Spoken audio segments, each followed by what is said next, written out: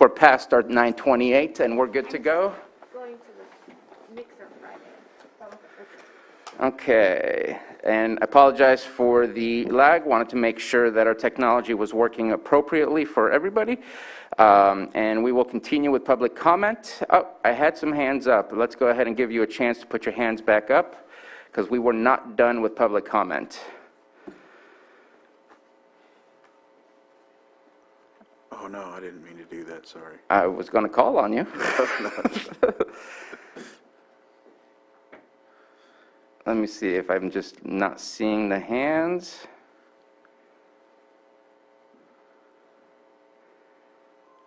Who had their hand up?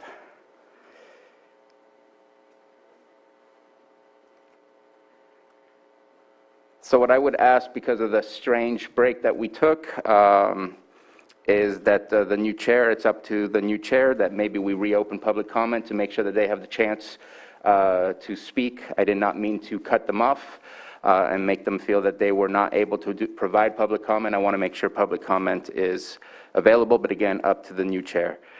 We do have a hand up. Phone 1113.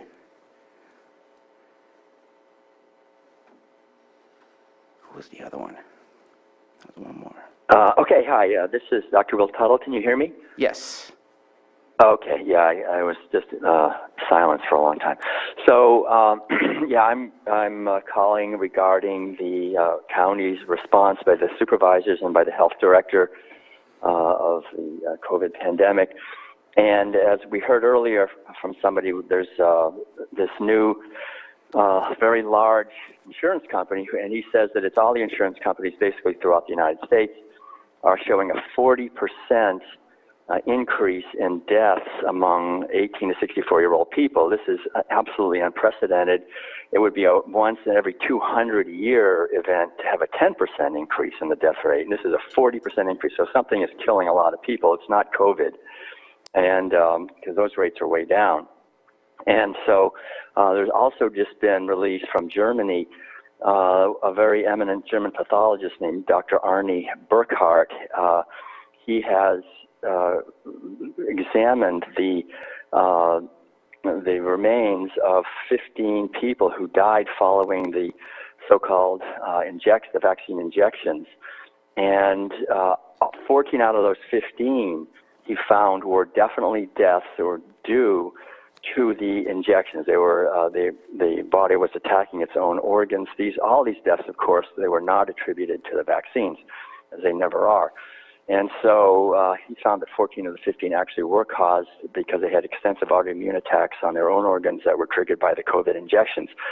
And an eminent German scientist has said, following this is a quote, that the conclusion is that essentially every inoculant recipient suffers damage, with more damage after each shot. Given the seriousness of the types of damage, autoimmune disease, cancer, reemergent dormant infections, clotting, strokes, cardiac damage, etc., these effects will translate into lifespan reduction, which should be counted as deaths from the inoculations. So in the USA, where about 200 million people have been fully inoculated, the number of deaths will not be the 10,000 or so.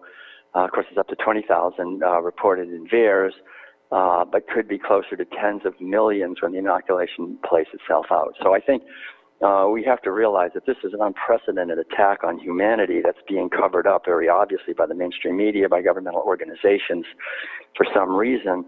And it seems that the corruption is so deep here that it's very difficult for justice to be served.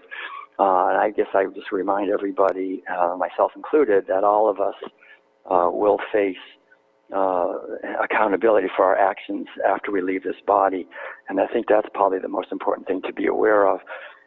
We have people on the board who are from the Native American tradition. We have women, and it's really indigenous people. Your 3 minutes are up. If you'd like to make your final comment. And also children are suffering terribly. So just to keep this in mind. Thank you very much. Thank you very much. All right, I see no further hands up. And the other person that did have their hands up was Michael Colbruno. I know that he did, I believe, emailed all of us And so if that was the message, it's definitely been received, but just wanted to at least let you all aware that that was the other hand that is not coming back up. So we're going to go ahead and move on from our 9:05 a.m. and move on to our, strangely enough, 9:01 a.m. I guess I should have done that first. My bad. Election of Chair of the Board of Supervisors and Vice Chair of the Board of Supervisors for 2022.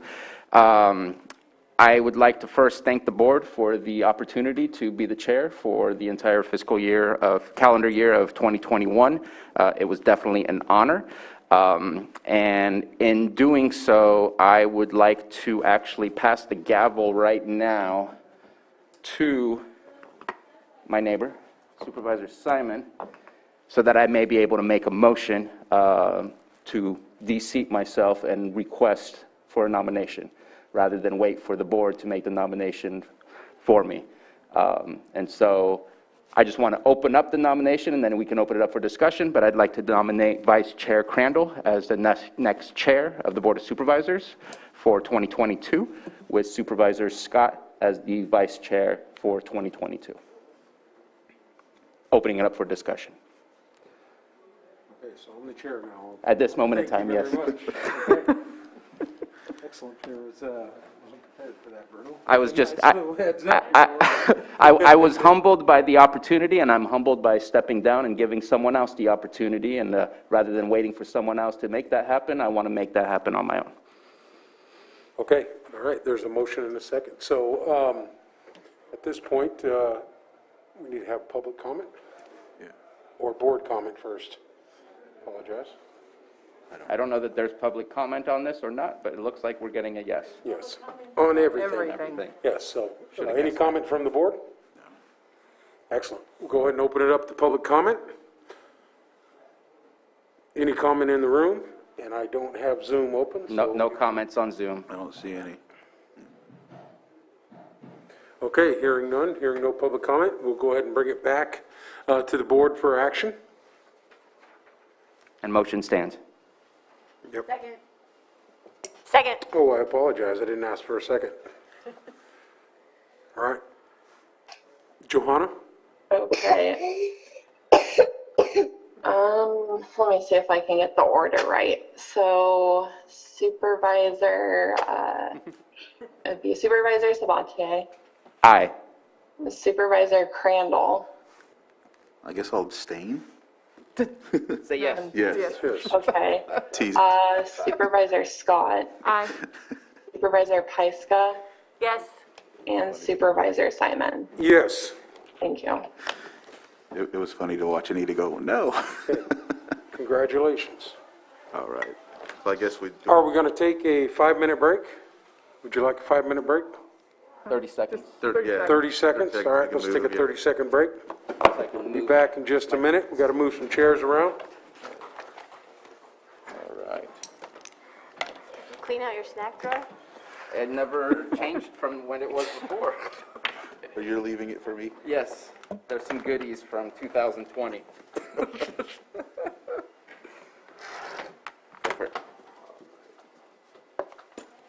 glad you didn't switch the chair, because I like your chair. Nice. I've sat in it before.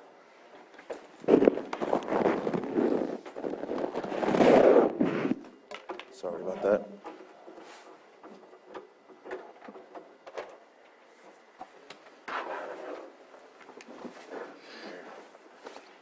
And then I'll grab a coffee. Thank you.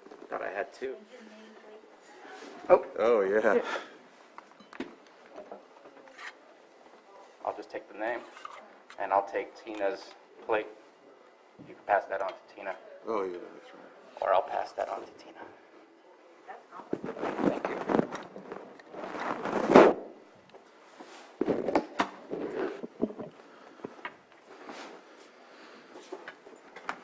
Okay, so we're ready? Everybody settled? All right, excellent. Are you ready, Sam? Okay, you're good. Okay. All right. Our 902 item is sitting as the Lake County Board of Equalization election of Chair and Vice Chair of the Lake County Board of Equalization for 2022. And so I assume that's the same motion or the same people, right? I'm ready to make a motion when you are, Chair. Okay. I'll open it up for public input. Is there anybody on Zoom that has a comment? Hearing none, bring it back to the board for action. I move to elect Chair Crandall and Vice Chair Scott of the Lake County Local Board of Equalization for 2022. Second. So I have a motion and a second. Johanna, can you conduct the roll call, please? Okay, Supervisor Simon, Yes. Supervisor Sabatier, Aye. Supervisor Scott, Aye. Supervisor Pyska, Yes. and Supervisor Crandall. Aye. Thank you. All right, motion carries unanimously. Item 6.4, there are 9:03 a.m., sitting as the Lake County In-Home Supportive Services. Election of Chair and Vice Chair of the Lake County In-Home Supportive Services Public Authority Board of Directors for 2022. And it's the same action in essence, so we'll go ahead and open it up for public input if there is any. Not seeing anybody on Zoom. Bring it back to the board for action. Mr. Chair, I will move to appoint Supervisor Crandall as Chair and Supervisor Scott as Vice Chair to the Lake County In-Home Supportive Services Public Authority Board of Directors for 2022. Second. Motion by Supervisor Simon, second by Supervisor Pyska. Johanna, can you please conduct the roll call, please? Okay, Supervisor Simon, Aye. Supervisor Sabatier, Aye. Supervisor Scott, Aye. Supervisor Pyska, Yes. and Supervisor Crandall. Yes. Thank you. So we will now move back to our consent agenda items that were pulled. Mr. Do we need time for that? Well, I believe Director Metcalf is here if you wanted to take up the behavioral health item. So I wanted to ask you if you could give me a time approximate for when you might get to 5.10 so I can make sure community development staff can be here for that. I was going to just I go believe straight that down. they are. Are they? Or in the Zoom? No, they're here in the board. Oh, excuse me. Okay. Okay, All right, we're there- good then. All right, so we'll start with 5.3. And let me go to it so I can read it off. 5.3, approve agreement between County of Lake and Redwood Community Services Incorporated for the MHSA Traditional Youth Drop-In Center Program expansion for fiscal year 21 and 22. Director Metcalf, if you're present, the floor is yours. Yes, thank you, Mr. Chair. Congratulations on your new appointment and other members of the board. So this item 5.3 is also similar to item 5.6 that was also pulled earlier this morning.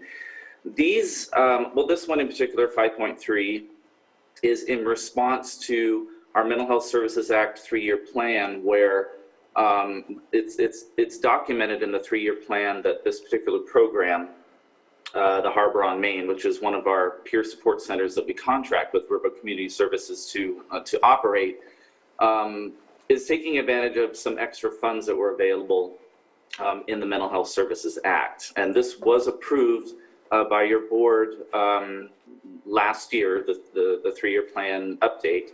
And I know we probably sent too much information as attachments to this item.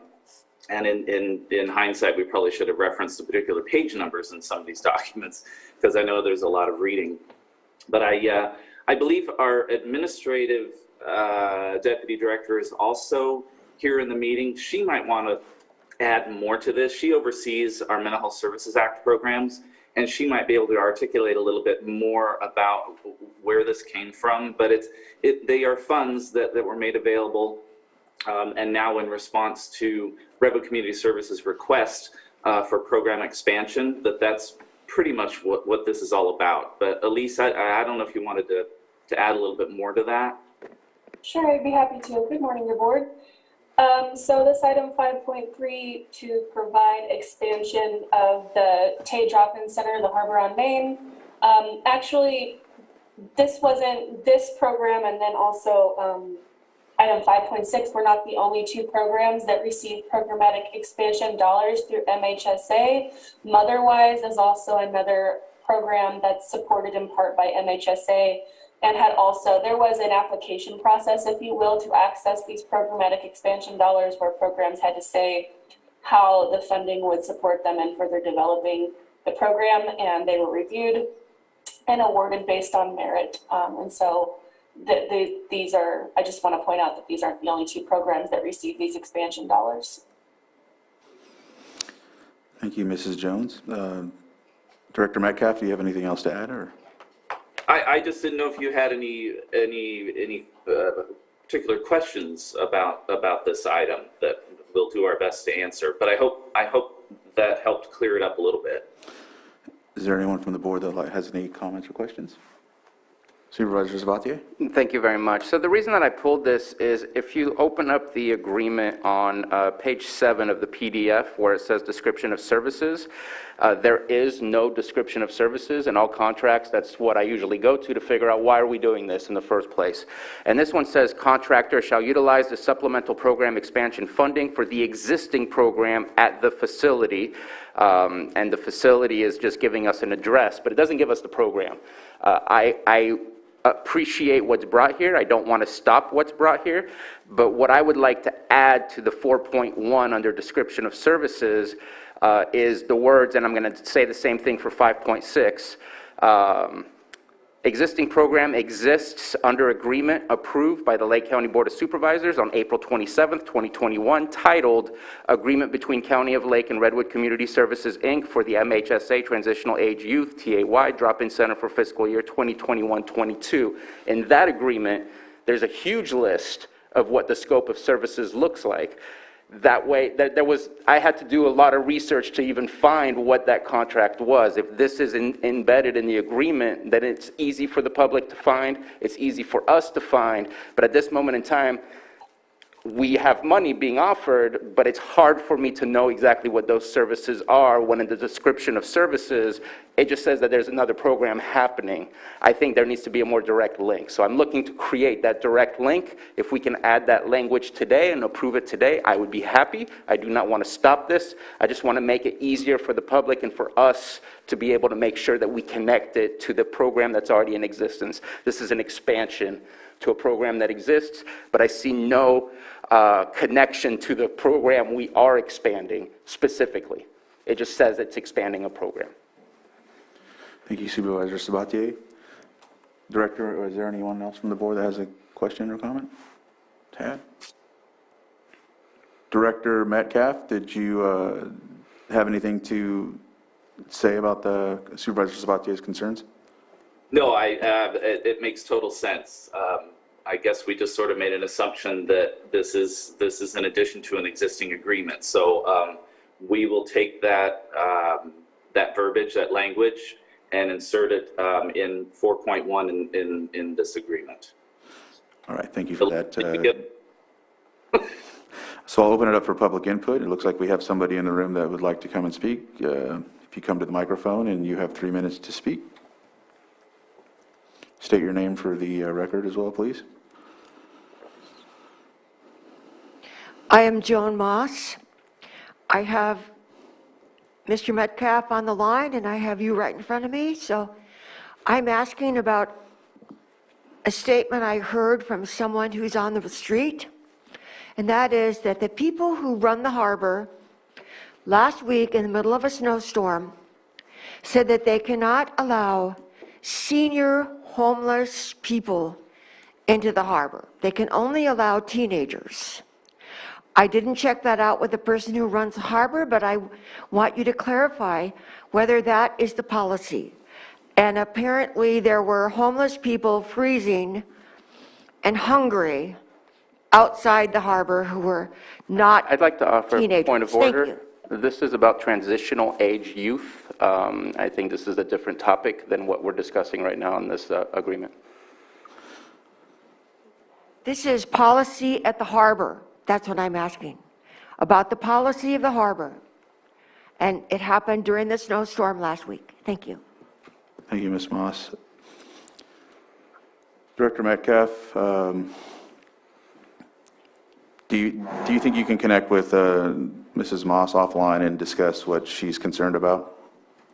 Absolutely. And I had also invited someone from Redwood Community Services to participate in today's meeting. I don't know if she's here, if she would want to say anything about that. But as Supervisor Sabatier pointed out, that particular facility is designed and geared towards the transitional age youth demographic. But I can, Joan, I can certainly connect with you offline about this. Thank you. Thank you. And without further ado, if there's not anything else from staff, we'll go ahead and bring it back to the board for action. Supervisor Sabatier? Yes, I just have a quick question. Just wanted to check in with Ms. Grant. The language that I provided, is that good enough just to make that connection? Again, its existing program exists under agreement approved by the Lake County Board of Supervisors on April 27, 2021, titled, and then I copied the exact title of what that agreement was. Yes, it's simply clarifying language, so that can be added on its face if your board approves the contract as amended, as described by Supervisor Sabatier. Thank you. I just needed to check in before we made changes that were potentially invalid. So I move to approve the agreement with Redwood Community Services for Transitional Age Youth Drop-In Center expansion with the amendments offered. Excuse me, Mr. Chair, if I may. Yes. I do see that Redwood Community Services has already signed, so behavioral health will have to be directed. I think that your microphone is off. I see that Redwood Community Services has already signed, so I would recommend that you direct Behavioral Health Services to go back to Redwood Community and have them initial the change, the additional clarification that's offered in 4.1.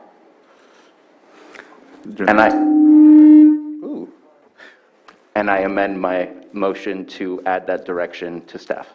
Motion by Supervisor Sabatier. Second. Second by Supervisor Simon. Mr. Johan? Chair, we also have a representative from Redwood Community Services in the Zoom room if she wishes to speak. Her name is Victoria Kelly. Okay, well, I'll hold the action for a second. Victoria, would you like to state anything?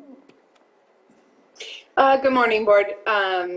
I would just like to, thank Lake County Behavioral Health. We've been working on these contracts and they've gone back and forth. And we are all very excited to receive the dollars to have some expansion within the Harbor and the Nest program, adding playgrounds, adding some recording studio option for youth and some computers and whatnot. So all that is also detailed. But I do just want to quickly address what the public comment spoke about around adults and the other people experiencing homelessness. Mrs. Kelly, support them. we just asked that maybe if you can conduct that offline.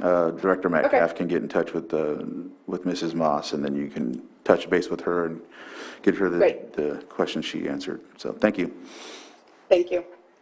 And so we'll bring it back to the board. Thank you, Mrs. Kelly, and bring it back to the board. There's been a motion and a second. Johanna, can you conduct the roll call, please? Okay. Supervisor Simon? Yes. Supervisor Sabatier? Aye. Supervisor Scott? Aye. Supervisor Pyska? Yes. And Supervisor Crandall? Aye. Thank you. So now we'll move on to 5.4, approve amendment number 1 to the agreement between the County of Lake Behavioral Health Services as lead agency for the Lake County Continuum of Care and Elijah House Foundation for services funded under the Emergency Solutions Grant Coronavirus Program for fiscal year 2021 and 2022. Director Metcalf, I see you're still on, so if you have the floor. Thank you, Mr. Chair. As you may recall, we presented this to your board last month. I believe it was the last meeting of the calendar year to make some minor adjustments. It wasn't clear where these services were being provided, and then there was also a slight error on the end of the term date of the agreement. And so this amendment brings those forward. However, as we continue to read through the language of the contract, somehow language around liability had been dropped. It was in the initial agreement with Elijah House, but for some reason it did not carry over into this agreement. And Supervisor Spatier and I have went a little bit back and forth on this, and Supervisor Spatier, I'm sort of asking you for some guidance here, how we could move this forward. I would hate for this to move again to another meeting. I'd really like to get this approved, but without that liability language, I too am a little uncomfortable about it. But I guess I look to you, Chair Sabatier, or Supervisor Sabatier, sorry, and County Council for some direction here, please. Anita, if you would like to say something. If your board wants to do this, since the signature on this item is, you'd authorize Todd Metcalf, I'm happy to work with him to add the standard contract liability language here as an element of this. So that we could pass it today. Supervisor Sabatier? And so what I did is I have exactly what I think is needed that was approved on April 1st. There was liability language already embedded in there, and I think it's as simple as taking that off and putting it onto this one. I'd like to share my screen to see if that's something that interests the board and gets the approval of Ms. Grant. And I did have a conversation with Ms. Grant yesterday about this as well. And so let me see if I can zoom this because it's quite tiny. So in Exhibit A, scope of services, there's already 9 current scope of services on the agreement that we're amending. And so we would be adding 1.10, which says facility maintenance responsibilities. I can't seem to see everything. Contractor shall be responsible for routine maintenance of the facility and general upkeep. Contractor shall be responsible for basic lawn maintenance. Contractor shall not use the facility and or the facility grounds for any purposes not related to the provision of services as described herein. 111, cost of utilities. The cost of utilities, water, sewer, and electricity shall be paid by contractor. 112, damages. Any damage to the facility or the facility grounds shall be promptly reported by the contractor to LCBH. 113, alterations. No alterations shall be made to the facility or the grounds of the facility by contractor unless written permission is obtained and received in advance from the county. County responsibilities. This would add item 6. It ends on Exhibit A with items 5. So this would add county responsibilities, use of county facilities. County shall provide a portion of the county-owned premises known as the Lake County Juvenile Hall for the use of the COVID-19 temporary emergency housing hub described herein. The portion of the premises subject to said use are more particularly described in Exhibit F in the original agreement that we did with Elijah House. There was an exhibit. We can just copy and paste that on there. It just shows the juvenile hall attached here too and incorporated herein by reference. Maintenance, repair, and replacement. The county shall be responsible for the maintenance, repair, and when applicable, the replacement of all infrastructure of the facility and facility grounds. This includes but is not limited to plumbing, electrical, and sewer. Grounds shall be maintained but not renovated or disturbed by contractor only other than routine maintenance and weed control. That was the original stuff that was the original portions of the building maintenance and building responsibilities that was on the June 27, 2020 original agreement with Elijah House. So all I did was copy those from that agreement, moving it onto this, thinking that if it was approved and it passed the smell test back then, that it would pass the test today. It doesn't have indemnification or anything of the kind, neither did it have that before.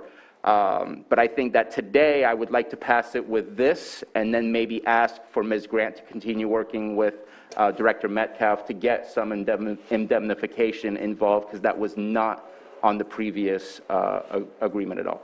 Ms. Grant? And we do have standard indemnification provisions that can be employed here with just some minor tweaks given the nature of the agreement. But we're happy to do that. It won't deviate from anything the board's previously approved, but we're happy to add that language into this agreement if your board determines to approve it today for Mr. Metcalf's signature as indicated.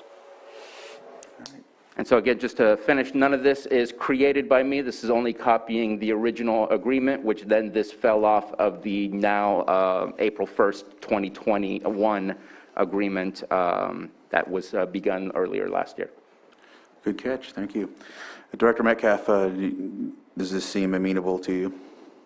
Oh, absolutely. Thank you. Thank you for the direction. And Ms. Grant, you and I can connect after this, and we'll incorporate the suggested language. All right.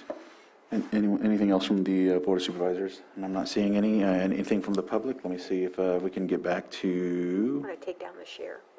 Yeah, take down the share if you can. Oh, so sorry. Look good on my screen. I'm not seeing anyone on Zoom, and so I see someone in the room. Can you please come up to the mic and state your name for the record? Yes. And if we can ensure it's involving the Elijah House Foundation, the item on the agenda. Yes, Joan Moss, I just have a quick question. I understood Elijah House was a shelter for the homeless originally. Now, it looks, I haven't looked at all the accompanying materials, but I want to know if a person who is going to stay at Elijah House has got to be under quarantine or has got to have COVID in order to stay there. That's what I wanted to know. She's referencing a different program. The SSTU program is the one that quarantines people that have no location to quarantine. She could call Lake County Public Health and ask questions about that program. And so if there's anyone from that department, if you can reach out to Mrs. Moss, and if there's anyone from the Behavioral Health Department that has anything to add to that, if you could reach out to her offline and touch base with her and get the answer that she requires. Okay. Is there anyone else with public input? I'm not seeing any hands in the room and or on Zoom. So I'll bring it back to the board for action and deliberation. I move to approve the amended agreement with amendments shown in the share screen with direction to staff to work with Ms. Grant on the indemnification clause. Second. So I have a motion by Supervisor Sabatier, second by Supervisor Scott, and Johanna, can you please conduct the roll call? Okay, Supervisor Simon. Yes. Supervisor Sabatier. Aye. Supervisor Scott. Aye. Supervisor Pyska. Yes. And Supervisor Crandall. Aye. Thank you. And we will now move on to item 5.6, approve agreement between County of Lake and Redwood Community Services Incorporated for the MHSA Lake County Family Stabilization Program expansion for fiscal year 2021 and 22. Looks as if we had somewhat covered a lot of this on 5.3, but if there's anything else to add, we'll go ahead and Supervisor Sabatier, go ahead. And so again, on the description of services, it just pointed to an existing program without providing any specific link. I'd just like to add the language, existing program exists under agreement approved by the Lake County Board of Supervisors on April 27, 2021, titled Agreement Between County of Lake and Redwood Community Services, Inc. for the MHSA Lake County Family Stabilization Program for fiscal year 21-22. All right. Anything else to add from the board? No? If there's not, we'll open it up for public input. Not seeing anyone in the Zoom room or in the board chambers, and so we'll bring it back for deliberation. I move to approve the agreement with Redwood Community Services for the Lake County Family Stabilization Program expansion with amendments as noted. Second. So I have a motion by Supervisor Sabatier, second by Supervisor Simon. Johanna, please conduct the roll call. Okay, Supervisor Simon. Aye. Supervisor Sabatier. Aye. Supervisor Scott. Aye. Supervisor Pyska. Yes. And Supervisor Crandall. Yes. Thank you.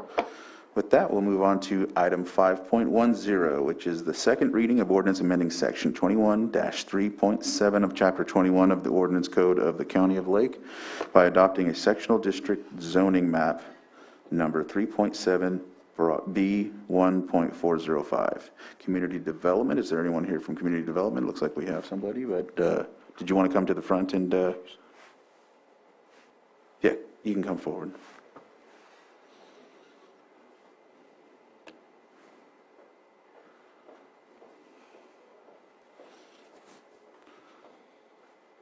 And Mr. Chair, Yes. is it possible for me to express my concern so that we don't rehash the entirety of the items since Yes. this is a second reading? Yes, and if you'd like, you can come sit up. Yes. Thank you. Go ahead, Supervisor Sabatier. So the reason that I pulled this is, unfortunately, it was a bit of a late night thought process, thinking, well, this is a second reading, I've already been through this, well, let's review it again one last time. And in reviewing it, we're changing an entire 2 acre. If you look at the ordinance, it states that we are going to change 2 parcels from a big A agriculture zone to M2. It doesn't show that it's going to be a split zone where it's going to be A/M2, but yet it talks about 7 acres out of the total, I don't know how many acres, but it's like 50 acres total or more between the 2 properties that we're discussing, where a portion of each of those 2 properties is going to be potentially developed in industrial style. Since we're only changing the parcels that exist, I have problems with that, because when I review M2, and the entirety of the parcels is going to be changed to M2, but yet it says all other areas of project parcels outside of the 7+ acres will continue to have a land use zoning designation of A, but that's not what we're agreeing to in the proposed zoning designation. It changes it to M2. At least that's the way that I read it. And when you look up M2, agriculture is not an allowable use in M2, and yet that whole property is vineyards. And I'm very concerned about the nonconformity that we're creating within that property. If it was, we're splitting it into a new parcel and we're turning that 7 acre into M2, all for that, 100%, that makes sense. But to change both of the entirety of those properties into an M2 when there's vineyards on the majority of one of those parcels doesn't make sense to me any longer when I review it in that case. So I'm concerned that it talks about somewhat split zoning on top, but the proposed zoning designation does not propose split zoning. And so I'd like to get a better understanding of what is being approved here and how does it affect the rest of the land use that doesn't seem to conform with the new designation that we're going to be approving if this moves forward today. Okay, Ms. Ham, do you think you have an answer? Yeah. Okay, thank you. Okay, good morning. Good morning. Supervisors. Okay, so it's actually one legal parcel. It's actually not 2 parcels, but for some reason it was a voluntary merger, so it's one legal parcel. There is only 7 acres of that whole parcel is going to be M2, and the rest is going to be ag. So it is a split zone, and split zone is actually pretty common in Lake County, and yeah. So my question is, in the ordinance that we're approving, it says current zoning designation is A. Yes. Proposed is M2. If it said A/M2, then I would agree with you that we're doing split zoning, but it doesn't look to me like we're approving split zoning. And I'm very confused about what you just said. I need some clarification. You said it's not 2 parcels, but we're looking at 2 parcels on the ordinance that we're approving. In our APN book, it is actually one parcel, but for some reason in our GIS and I don't know where you're referencing from. I'm referencing from the ordinance itself. It speaks of 008-03817 and 008-03844. It's actually one parcel. I don't know why there's 2 parcels, but the way it was, I don't know. One second. Director Darby, would you like to come up and join the discussion? Thank you.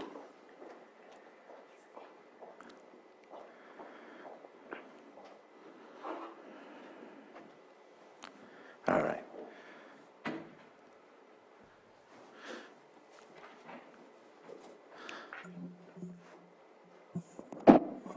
All right. Hello, everyone. Is it on? Yeah. Yes. So this particular property, from my understanding, so this was actually submitted prior to my arrival here, but at this particular property, I understood there was actually 2 different parcels, 2 different lots. And my further understanding was that the property owner was proposing to go from 1 lot to 2 lots. In the past, he's done that. And then he's proposing to go back from 2 lots to 1 lot. Is that correct, Satir? On the AVN, but, okay, it was 2 lots, and right now is 1 lot. Okay. So my recommendation for this particular property, because when I read the staff report and reviewed this, I was under the impression that they were going to 2 lots, and that they were proposing to have zoning agriculture on 1 lot and M2 heavy industrial on the 2nd lot. Is that correct? No. Okay. It's probably a lot easier if I actually had the map, and I think we might be able to share that.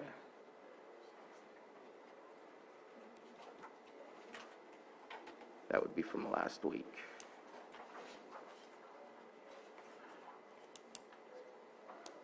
So, Mr. Chair, perhaps you would want to just take a break from this, give staff time to go get the Okay. file, Yeah. move on and take up some other agenda items. Yeah, does that sound amenable? yes. Yeah. So, Sam, what was that? Microphone to me? Oh, no. Oh. She just stated that if they could take a short break and come back at another time, how much time do you think you'd need to get the information needed? I would say, what, about 15 minutes? 15? Okay. And we should be on some other subjects by then, and then we'll call you up. So we'll go ahead and... Thank you very much. I apologize for the inconvenience. No problem. Thank you. We'll see you shortly. All right. And so with that, we will move on to 7.2 in the meantime. 7.2 is consideration of participation agreement between the California Mental Health Services Authority and Lake County Behavioral Health Services for the Peer Support Specialist Certification Program FY 2021-2023. Director Metcalf, are you still with us? You haven't gotten rid of me yet. Hello again, members of the board. This is a very exciting item. This is for the much anticipated peer support certification program, which has been facilitated by the California Mental Health Services Authority, and which they've been working with the California Department of Healthcare Services to put this together. The California Mental Health Services Authority is taking the lead in this initiative, in particular around identifying sustainable program funding to support this effort, in addition to developing a training curriculum, etc. So what this means is that these participating counties, of which we are one, will be able to certify our peer support staff, again, after going through a training curriculum developed and approved by both California Department of Healthcare Services and the California Mental Health Services Authority. But what this will do, this will allow our peer support staff to be able to provide and bill for Medi-Cal services. This is a first for our peer support staff who truly have so much to offer our clients, since our peer support staff have actual lived experiences in behavioral health. So it's exciting because this is going to be another revenue stream for us. Of course, I'm always excited about that. In addition to enhancing the services and programs we're already providing at our peer support centers. I hope that our administrative deputy director, Elise Jones, if she's still with us, she was more involved in the planning of all of this, and I hope I covered it. But Elise, did you have anything else you might want to add to this? No, I will just enhance and amplify your point that this certification enables these staff to be able to bill up some services that they provide through Medi-Cal, which is great because they're already doing a lot of, they're doing the work already, but now we can receive revenue back from the work that is already done. Thank you, Elise. So we're asking for board approval for us to enter into this agreement with the California Mental Health Services Authority. And again, I can't say enough how, I mean, this is monumental and very exciting.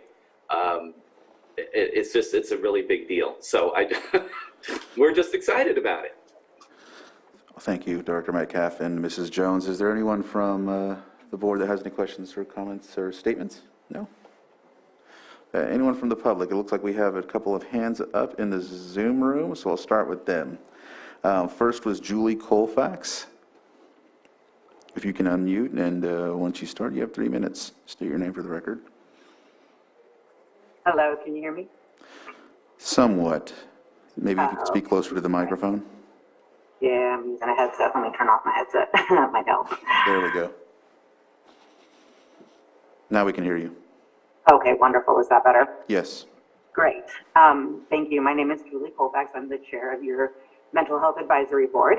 And I just wanted to speak up. I've been following, we as a board have been following the legislation for this very closely and are really impressed most significantly by the fact that this will address one of our biggest challenges in Lake County, which is the lack of professionally prepared and qualified mental health supports.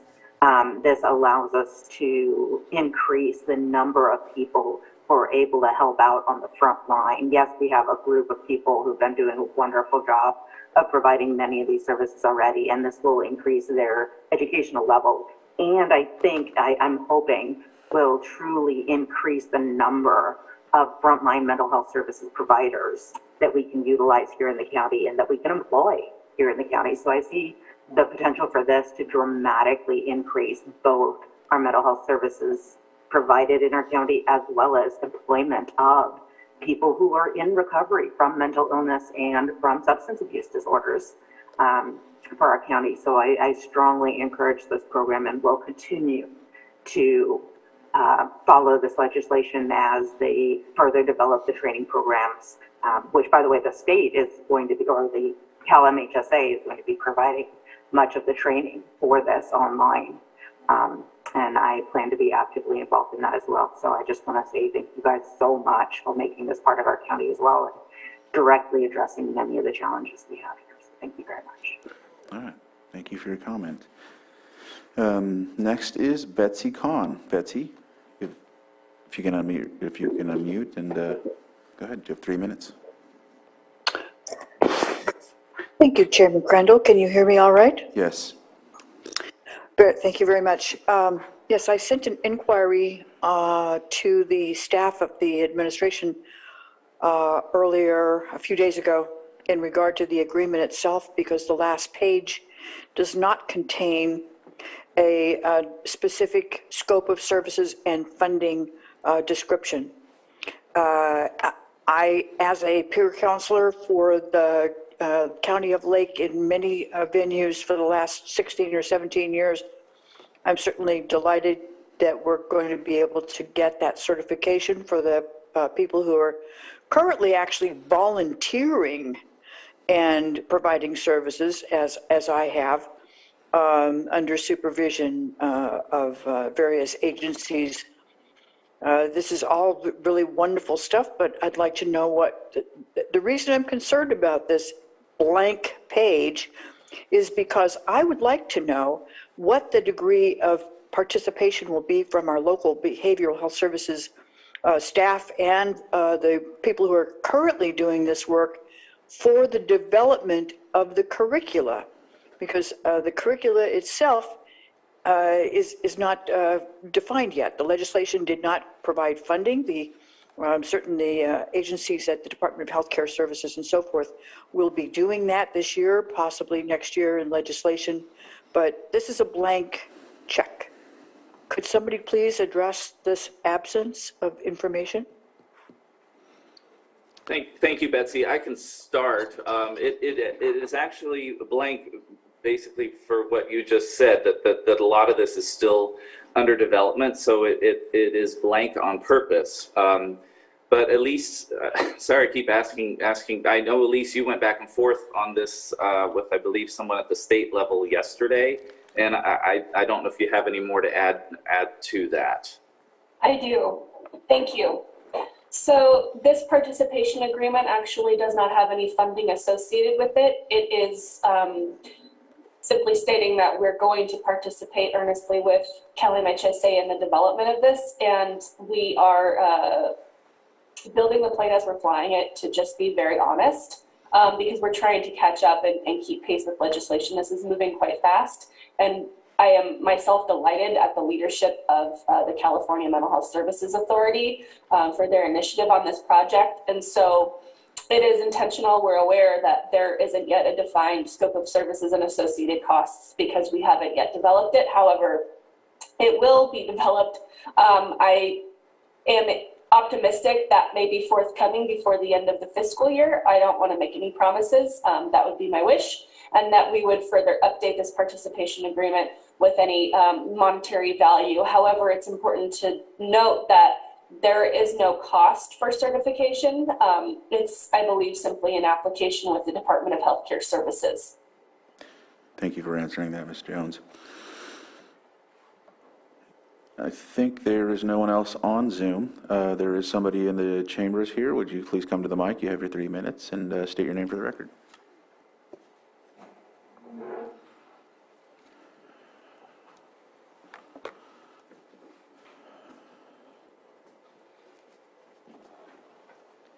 Joan Moss.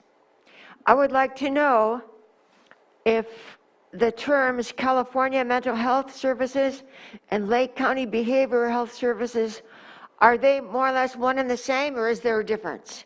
I remember that everything used to be called mental health services, and then all of a sudden it was changed to behavioral health services. My second question is, I'm quite familiar with the peer counseling going on, and I'd like to know if this means that the peer counseling that happens, that is now volunteer, will now, that the people who get the counseling will be Ms. Moss, able to pay, and then I want to know if the senior peer counselors will be paid. Okay, thank you for letting me finish those questions. Okay, and again, we'll have them reach out to you again, because this is about the certification, approving the certification program. Right, and so Director Metcalf, if you can reach out to her with the questions as well on that. Thank you. Absolutely, thank you. And so with that, I don't see anyone else on Zoom. If we can bring it back to the board for action or any other discussion. Supervisor Sabatier. Yeah, no, I appreciate Ms. Kahn's comment. My assumption was that when we receive money, we usually have to approve the receiving of funds from the state. So I believe that if that is the case, that in the future we do receive some funds, that we would have to approve that coming in, because any changes to what we believe were going to be our revenue streams and any new revenue streams we usually have to approve. And at that point, we would have there would be a part of that topic, and that conversation would include what the funds would be used for. If it's used for a contract, the scope of services would be within the contracts, and so on and so forth. So that was my assumption, and I'm just kind of checking in with Director Metcalf if that is the correct assumption or if it's a different process. No, absolutely. This, again, is just allowing us to enter into this agreement. As Ms. Jones pointed out, there's no funding associated with it, so this isn't the last your board will see of this. All right, thank you for that. All right. So it looks like we just need action. Supervisor Sabatier? I move to approve the participation agreement between California Mental Health Services Authority and Lake County Behavioral Health Services for the Peer Support Specialist Certification Program fiscal year 21 through 23. So a motion by Supervisor Sabatier. Second. Oh, actually, That's all right. well, we have a second, but I'll go ahead and open it first. No, I was just going to go ahead. It's already seconded. Oh. Sorry. All right, so we have a second by Supervisor Pyska. Johanna, please conduct the roll call. Okay, Supervisor Simon, Yes. Supervisor Sabatier, Aye. Supervisor Scott, Aye. Supervisor Pyska, Yes. and Supervisor Crandall. Aye. Thank you. So moving on to, actually, it looks like we have our Community Development Department back with us right on time. And so we'll go ahead and go back to item 5.10. And with us, we have Director Mary Darby and Satir Han from the Community Development Department. And so we'll continue where we left off with the map is what we were looking for, or something of that nature. Thank you.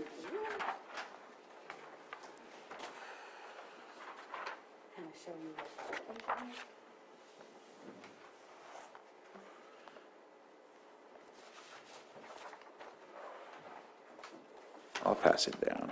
There we go. Oh, yeah, there we go.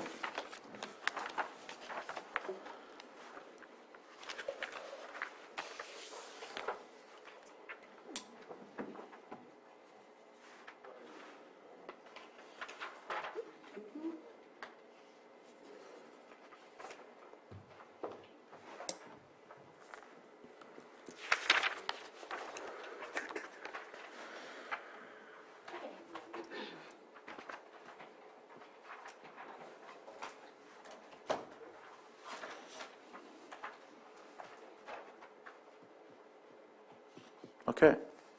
Okay, so this is basically in reference to the General Plan Amendment GAPAP 2002 and the rezone RZ 2002. And basically what it is that it is actually one parcel. In the past, the parcels were merged. They went through a parcel merger. And so it is one parcel. So what you're looking at, what I've identified in yellow, is what the applicant is proposing to split zone, although split zoning is silent in the code. So that area that's highlighted is what they're proposing as M2, which is heavy industrial. So everything surrounding that parcel is still agricultural. Okay. So that answers the question about whether or not it's an existing one lot or two lots. So it's actually right now, it has been merged, the two lots have been merged, and it's one lot. Okay. Does that cover what you were discussing, Supervisor Sabatier? I'm trying to find it on here. For some reason, I can't find it. So the area that shows 17, the number 17 with the circle? Yes. And the number that shows 44? Yes. So currently, That creates a complete one lot of 61 acres rather than 144, 117? 38, 47.7. So 00803.817 and 00803.844, the two parcels together as identified on that map would be approximately 40.77 acres in size, the entire lot as one when it was merged. The applicant is proposing to take approximately 7 of those acres, which is identified in yellow on your map, and rezone that particular portion of the lot to M2, heavy industrial. And there won't be a new parcel created? It will just be a split zone for that entire property? So from my professional recommendation as a planner, my recommendation is that this particular property or project be reverted back to the Planning Commission and that the applicant actually apply for a tentative parcel map to properly subdivide the lots from one lot into two lots. Ms. Grant? This would have to go back to your board. This is the second reading of an ordinance for a project your board's already approved. You can't change your mind in this manner. All right? We can send it back to the community development. At this point, all you can do is refuse it for a second reading and rehear the matter. But again, this is only on for one thing. It's only on for the second reading of an ordinance. And so none of the people who may have an interest in this action have any idea that something is going to change. And the Brown Act requires that they be informed of that first, as you well know. So that would have to adjust. There is a question just in terms of you have two different parcel numbers, but the property had merged. Your board may want to inquire why there's not just a parcel number. I know that there was some discussion about how the GIS is something else, but the act of the merger generally results in a parcel number, does it not?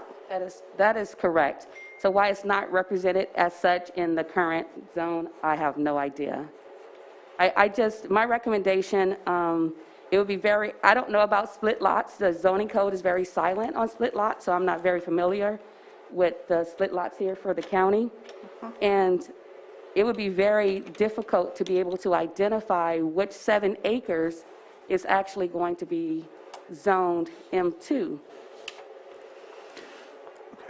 Supervisor Spatier? So two things. One, I can't approve this today, and I apologize that I didn't have these thoughts for my first reading, just for the fact that we're approving 2 parcel numbers being proposed with a different zone when we're being told today that it's 1. So I think that the ordinance that we would be approving is already incorrect, and that we need to figure out, are we talking about 1.7 or are we talking about 4.4, or what is the new parcel number that makes it 1?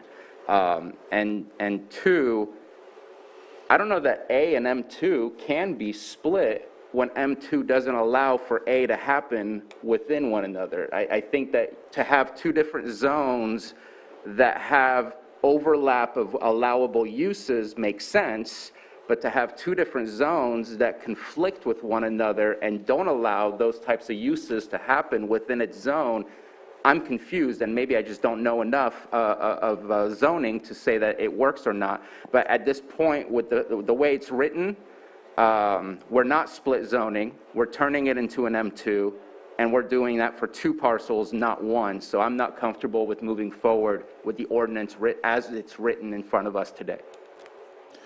Did you have anything to add to that? Yeah, I just wanted to clarify, if it's okay, Satir, on staff analysis. So staff analysis, when this was actually analyzed by staff, the M2 recommendation for approval is because the parcel that's to the east of the number 17 on your map is actually zoned M2. So that compatibility of an adjacent zoning that's there would not be unusual, and it wouldn't change the character because M2 zoning is already adjacent to that property. And I'm sure that that's probably what staff was looking at when they did their analysis of this particular property. There are, in a lot of mixed-use zonings, you will find that you can have multiple uses within a particular area. So it may not be unusual to have industrial uses next to an agricultural uses. It's just, so that's probably what staff was thinking about when they prepared their analysis on that. And I appreciate that. I made the same comment on our first reading, that the area already has M2 and it's surrounded by ag. It's the 2 together as a split zone. The adjacent makes perfect sense to me. That property, you can do such and such, and this property, you could do such and such. But I'd like to get a little bit more information of how the split would work, knowing after going through the zoning ordinance of M2 that they kind of conflict with one another. How does one piece of land have 2 conflicting zones on one? So I appreciate the comment, clarification, but I'm very uncomfortable with moving forward as the ordinance is written. Do you have anything else to add to that? Or? No, we just would like the opportunity to come back and correct our staff reports and present it where facts are a little bit more reasonable. And Ms. Grant, if we refuse to move forward on the second reading, it goes back to the Planning Commission, or does it go back to us? Comes back here. It's already been before your board, and your board has considered this item, and you've made certain determinations. Now, you can You can certainly say that the ordinance as written needs to be redrafted for clarity's sake and direct the Community Development Department to come back with further explanation and perhaps more explanatory language to justify this split.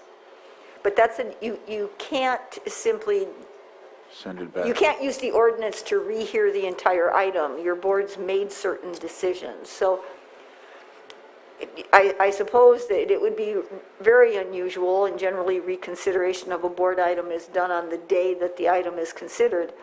I suppose your board could reconsider the item in total since it came to you, but that would require renoticing, et cetera. And even with the ordinance, there's going to have to be notification to the property owners and all interested parties, because, again, the second reading, it's not that you can't change it, but at this point, you're going to be changing it so that you'll start the process again. The ordinance process, not the entire process, unless that's what your board wants. But that is going to require your board to articulate the basis for that, because again, you've already made these decisions. Now, if you think you had wrong information, or if you think you misunderstood something, that's one thing. But otherwise, what you may want to do is just direct staff to take the ordinance back and correct it to be more explanatory as to the split, if a majority of you feel that's necessary. That's assuming that that is the case. So I know that they've stated they would do that, yes, or yes. And so Mrs. Scott, Supervisor Scott, I'm sorry. I would like to see it come back with just clarification of parcel numbers so we can move forward. I don't want to see this completely redone. Just some clarification and bring it back for. Supervisor Simon. I'm in agreement with that also. I would like to, made a decision to move forward with it, so I'm prepared to do that with clarification. And you as well, so it looks like we have we have direction then. all right, so your board is in, I'm sorry, Oh, Chair, no, if I may, just for clarification. Ms. Grant, So go your ahead. board's declining to adopt the ordinance because of some confusion as to the language, and you're directing staff to come back with clarified language as to the rezoning ordinance and further explanation. Yes, it looks like that's what we're going to do. You may want to inquire if staff has any questions, just to make sure there's nothing left hanging. Do you have any questions, staff? Yes. Okay. So my question is, and it may be more for legal, is, so how do we identify the meets and bounds of the 7+ acres that's on a split lot? We'll help you. Okay. If the board allows, my office can help with that. Yes. Okay. That would help. All right, thank you. We can do that, and we will return. Thank you. Thank you very much. And one more, I'll open it up for public comment since we had to, I still have to open it up for public comment if that's accurate. So Yes. in case there's anybody that has any questions or comments or concerns about this, doesn't look like there's anybody in the chambers, and I don't see anybody in the Zoom room as well. All right. Thank you for your time, and thank you for your willing to work on this with us. So with that, it is 10:40. Does anybody need a break? I do. All right, so we will conduct a 5-minute break. We'll come back at 10:45, and Sam, thank you. All right.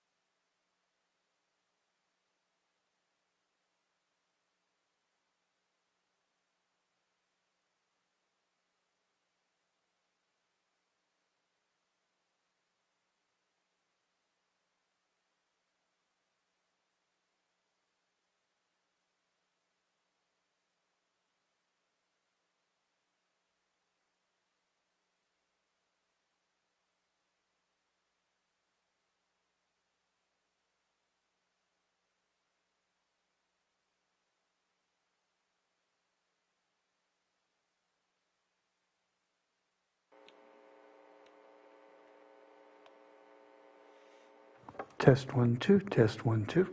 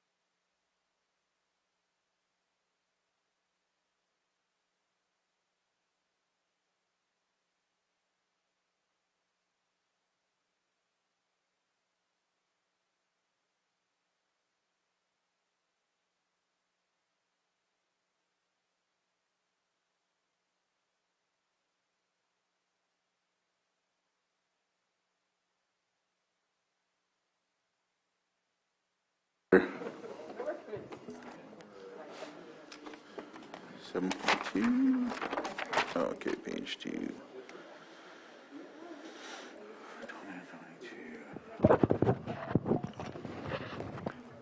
We are now live. Thank you, Sam. And we're coming back. We're a little behind from 10:45, but we're going to make it. And we have everyone here, so we will move forward on item 7.3, consideration of Chairman's recommendation 2022 committee assignments for members of the Board of Supervisors and the clerk of the board, but I will defer to CAO Hutchinson if you have. Thank you, Mr. Chair. I'm trying to get my Zoom open back up. I want to introduce Carolyn Purdy, our Administrative Analyst 2. She prepared this item, and she's going to present it today. Carolyn?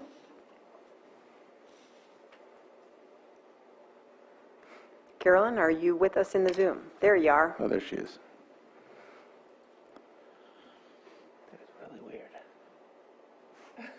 Well, her mic unmuted. Carolyn, can you hear me? Mr. Chair, would you like to move on to 7.4? Yes. We'll get that figured out. We'll move on to 7.4 briefly, and the item is consideration of the following advisory board appointments: Cobb Municipal Advisory Council, Hartley Cemetery District, and Maternal, Child, and Adolescent Health Advisory Board. And so these are, I think, committee, ad hoc committee, or not ad hoc committees, I'm sorry, voluntary advisory positions. Does anybody have anything to add about this, or anything to say about the people that applied? Supervisor Fiscal. So the Cobb Area Council likes to have an alternate, and Joe Schneider is the alternate. So is that, do we appoint alternates, or do we just let the council kind of have their alternate? Because they sort of groom that person to step into the role when there's a vacancy. So I don't know that we officially appoint them or not. What do you think, Anita? Ms. Grant. Have they had an alternate appointed in the past? They always have an alternate. Appointed, though, or just? I don't believe that the alternate's been appointed. I'm fine either way. I just don't know how the other advisory councils operate, if we should just keep it to only the 5 to be appointed. It would go back to whatever the board had previously approved, and for some groups, you have authorized alternates, for others you have not. If your board hasn't authorized an alternate, you wouldn't appoint one formally. I believe the alternate always submits an application, but I can't remember what the board prior has done. So I don't believe that the advisory councils typically have alternates. So my recommendation would be that you not appoint, but of course, at any point, an appointed one steps down, that person could be appointed then. So we just hold on to the application so we know who it is, but we don't necessarily appoint them. Is that right? If there's They've already submitted that. If there's no opening, we would not. Supervisor Sabatier and then Supervisor Simon following that. I would suggest that the bylaws should at least let you know. I know that we are here to appoint members, but the bylaws would probably tell you if the alternates can just be done internally or if that needs to get the approval of the supervisor. I don't know. That's my guess, is I would go to the bylaws. I can look really quick. Supervisor Simon? That was going to be my same suggestion. The Middletown Area Town Hall doesn't have alternates. It's written in the bylaws, the positions that are available. So, yeah, the bylaws should. I know we approved the bylaws here at the board, but I think it's a simple process of going through the bylaws. But I think the worry is that if, let's say that someone is not available and the alternate is there, can they fill in? If they have the vote, I think they need to be approved by the board first and foremost. But again, it refers back to what both of these gentlemen stated about the bylaws. I think it would cover that. And if we were going to add that, I've been going through these bylaws because one of my town councils is doing it. Everything refers back to those. You know. So, Mr. Chair, what I might suggest is that you consider approving the other two bodies for which you have applications, and hold on that one and let staff research their bylaws. Carolyn Purdy, who is now ready to present the preceding item, also tells me that she believes Cobb may already have an alternate, process, so let us pull that information and have the right answer for you next You're okay week. with that, Supervisor Pyska? Yep, that works for me. Supervisor Sabatier? And because of the statement that was just made, that if a member doesn't show up, an alternate, I would have to say that has to be appointed by the Board of Supervisors if you're going to be a voting member. Right. So that's an important technicality there, too. You can be an alternate to get groomed so that maybe you can become a member that votes, but if you're going to vote as an alternate, you probably have to be approved as an alternate by the And Board of establish a Supervisors. quorum, I would think, too. Ms. Grant? Yeah, I was just going to state that when your board approves the creation of any type of advisory council, you approve the composition of the voting membership. And if you're going to allow alternates to do anything, then that would be in that approval. It can be fleshed out in the bylaws, which, as Supervisor Simon noted, are also approved by the board, but nonetheless, your board has to determine composition and exactly how those things operate. So it looks like we'll go ahead and postpone that item and let them research that for Cobb Area Council and then move for the other two. But at the same time, I have to open it up for public input. It looks like we have somebody in the room that would like to come to the microphone and state your name for the record and give us your statement.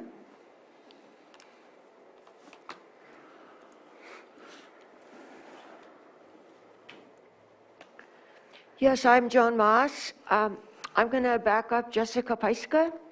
I was attending the meetings regularly when they were not Zoom, and we believed that we elected our own board, and then we found out that the county approves it. But I thought that was just the first time. I thought that the Cobb Area Council ran their own elections. That's what I believed happened. So maybe it's changed since then. Maybe the bylaws have been changed, but I think, I just wanted to put my 2 cents worth in. Because I was a member of the group. I belong to the Cobb Area Council. Okay. Supervisor Scott, go ahead. I know for the Scotts Valley Community Meeting, we appoint the members, but the members get to appoint who's going to be chair, vice chair, secretary. That's not up to us as a board, it's up to the council to pick their leadership. Okay, I didn't quite hear you. Right. So how it works Pyska. at the CAC is that the group that's in attendance decides by consensus or vote who they want to submit, and then they submit the applicants here to be approved. I see. Right, And again, by the bylaws. by the bylaws. I You was- found them and we Yeah. can move forward with that. I just don't know if the alternate is official or not. I guess that's the question. I know that this question has come up before. Okay, so we still need to research that one then? I think so, I Okay. think so. All right, so we'll leave that one for future item on the agenda, and we'll go ahead and move forward with the others. I don't see any other public input when it comes to Zoom. I'm going to look again. Yep, I don't see any. So bring it with back to the that, board. Mr. Chair, I move to approve Larry Carvarsio for the Hartley Cemetery District. So Second. I have a motion and a second. Johanna, can you conduct the roll call, please? Okay, Supervisor Simon, Yes. Supervisor Sabatier, Aye. Supervisor Scott, Aye?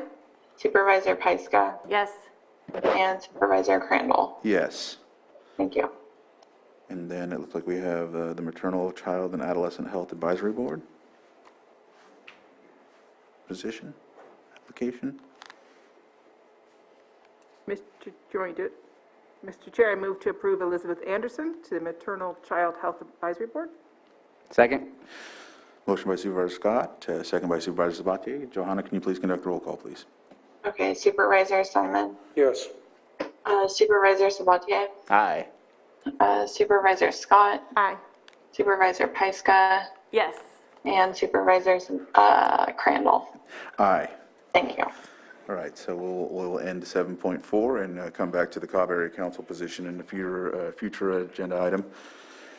And we will move back to 7.3.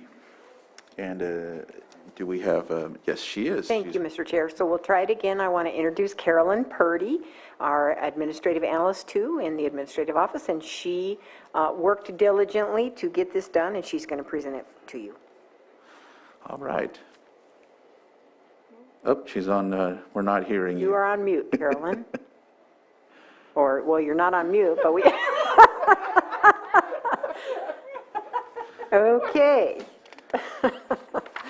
So, Would you like to come back to this? Can't hear you, but we know what you're saying. We know what you're saying. she is remote today, so she needs to test her microphone. So you could do your calendars while Okay. she sorts that out. Carolyn, you might want to call Stephen and see if he can troubleshoot you through it. So we'll move forward on to, or move back to item 7.1, which is Or Carolyn, you could call, that's right. the calendars. Oh, there she is. Oh, let's see. Yay! Oh, yep, well, no, we will do the calendars later. Okay. Carolyn. Okay, I think it's fixed. Sorry about that. Okay, good morning, Chairman Crandall and Supervisors. Before you today are the proposed committee assignments for the 2022 calendar year. There have been adjustments from last year's list, which include the additional committees formed, as well as the removal of committees that are no longer active or necessary, and that's reflected in the memo. It has been brought to my attention there is one committee that did not make the list, which is the Cannabis Tax Committee. The proposed 2022 members for that committee would be Tina Scott and E.J. Crandall. This committee will be added, and the recommended assignment should be amended to reflect this change. Also received was an e-comment regarding the Mental Health Board indicating they now meet on the second Thursday of each month from 3 to 5 p.m. and this date and time will be updated on the list. If there are any other changes to the listed meeting schedules, please forward that information to me and I will get that updated as well. So that is all I have. Is there any questions from any of you? Yes, Supervisor Pyska. So I have a question. Microphone. I have a question about the Fire Safe Council. This comes up in many conversations. It was originally created as an ad hoc committee, and as we work to transition it to something else, is it still an ad hoc committee or is it a standing committee? Do you I show it as a standing committee, but it, that doesn't really mean anything. It could have been not put in the right category when it was added. Well, I think it's correct to be a standing committee. I just wanted to double check with you because it was created as an ad hoc committee, I think, in 2009. So that would be the right thing. Okay, very good. Okay, thanks, Carolyn. Supervisor Sabatier. Just wanted to bring up a few items and also talk directly to Supervisor Scott. I asked to take your spot on the YOLO 2x2. Did not make sense that I would not be on the YOLO 2x2 since the dam is within the district too. And just wanted to make sure that you were aware that that was my request. I figured you'd be sad. And then I wanted to, I know I've had conversations with our CAO about how this form has progressed and evolved. What I'd like to see possibly in the future, and just as an idea, I don't want to change anything today, but just as a conversation, is which meetings are public and which meetings are private. We have our ad hoc committees, which we do internal conversations, which eventually comes back to the Board of Supervisors. I think that the ones that are public, there's agendas, oftentimes there's meeting minutes, and so that makes it very accessible and very transparent as far as the public being able to find out what's going on with these. But I think that we need to come back in the near future with what is the goal of the ad hoc committee. Ad hoc committees are supposed to be short, not long-term, not standing committees. And so if we could come back with some specific goals that we are aiming to have with the committees that still exist, so we can at least let the public know, let the rest of the Board of Supervisors that are not within those committees be aware of what the goal is for those committees. And with that, I just want to share the ones that I'm on. The CARES Act, ARPA, really the CARES Act can drop off probably, but the ARPA one, we're still kind of evolving how those funds will be used. We just brought that back to the Board of Supervisors on 12/21 last year. As things progress and we have final decisions on exactly how we're going to be utilizing and spending those funds, we'll be bringing that back to the Board of Supervisors. But we want to continue those conversations internally to ensure that we have some viable options that are being brought here to the board. The Economic Development Task Force, at this moment in time, we are focusing on the items that we have brought to the Board of Supervisors to make sure that there is progress that is happening, and still intend to do quarterly reports as far as what type of progress we have seen. And so we're not adding new elements to the Economic Task Force as far as projects, but we are just continuing to pay attention to the ones that have been approved by the board and ensuring that every department is gaining the support to be able to move those projects forward. And again, coming back to the board with those comments. And I'm hoping that other board members who are on different ad hoc committees will also let the public know, as well as other members that are of the board that are not on those committees, know what ad hoc committees are up to and why those committees are still in existence. Other than that, no problem with the list. Supervisor Pyska, did you have something? Oh, to add? no, I'm done. sorry. Supervisor Scott. The only thing I would like to add is if I could get an alternate on the Library Board of Trustees. We meet via Zoom, but as you see with this list, I have conflicting committees, which is the Juvenile Justice Commission and the Law Library. The Juvenile Justice Commission hasn't been meeting very often, so it hasn't been an issue. But if I could get an alternate on the Law Library, because they have sometimes a hard time getting a quorum. Let me see. The Law Library, and I thought that Supervisor, are those meetings done digitally or in person? The Law Library is digital, via Zoom. You could be in person or via Zoom. The Juvenile Justice Commission hasn't met for over a year and a half, so. I'd be willing to do the Law Library as your alternate. Wonderful, thank you. Okay. So EJ, that was you? Yes. And I do have a couple of requests as well. One, I'd like to see if I can come off of as the alternate of Continuum of Care. If there's anyone that would like to take that spot, be open to see if anyone would like to. When they meet on the first Thursday at 1, I believe. Yeah, first Thursday. Yeah. Is it Oh, 2? 3 to 4. And the third Thursday? Well, the third Thursday is if you're on the executive committee, which I am. Okay, so it's only the first Thursday. Let me see. I think I can do that. You can do that? Okay. Thank you. It's alternate. Usually there's like bylaws or rules that state that as a voting member you have to be present or something like that. So it's a very intricate type of situation. Yeah, if you're not present at a COC meeting, you not only lose your vote for that meeting, you lose your vote for the next meeting. So you really need to have a member there, or you lose your vote for 2 meetings. Okay. Right. Wow. We'll talk more. Wow. Yeah. They really want you there. Yeah. Okay. There's punishment. So my other request is the Tourism Improvement District. I'm the alternate on that as well. I wanted to see if there's something else we can do. I think we talked a little bit about maybe having staff, CAO Hutchinson. Yes, Mr. Chair, what I wanted to propose with that one, if your board agrees, is that we appoint a staff person as the primary, and if Supervisor Pyska is willing, move her to the alternate spot. As you probably remember, in the past, staff was assigned to the primary seat, and if you're willing, I'd like to put Susan Parker in that seat, with Jessica as the alternate. If Susan is willing. She already told me she would be. Awesome, yes, that would be great. Okay. So in terms of the sorting of the list, I do agree with what Supervisor Sabatier has raised. The list could be sorted more effectively.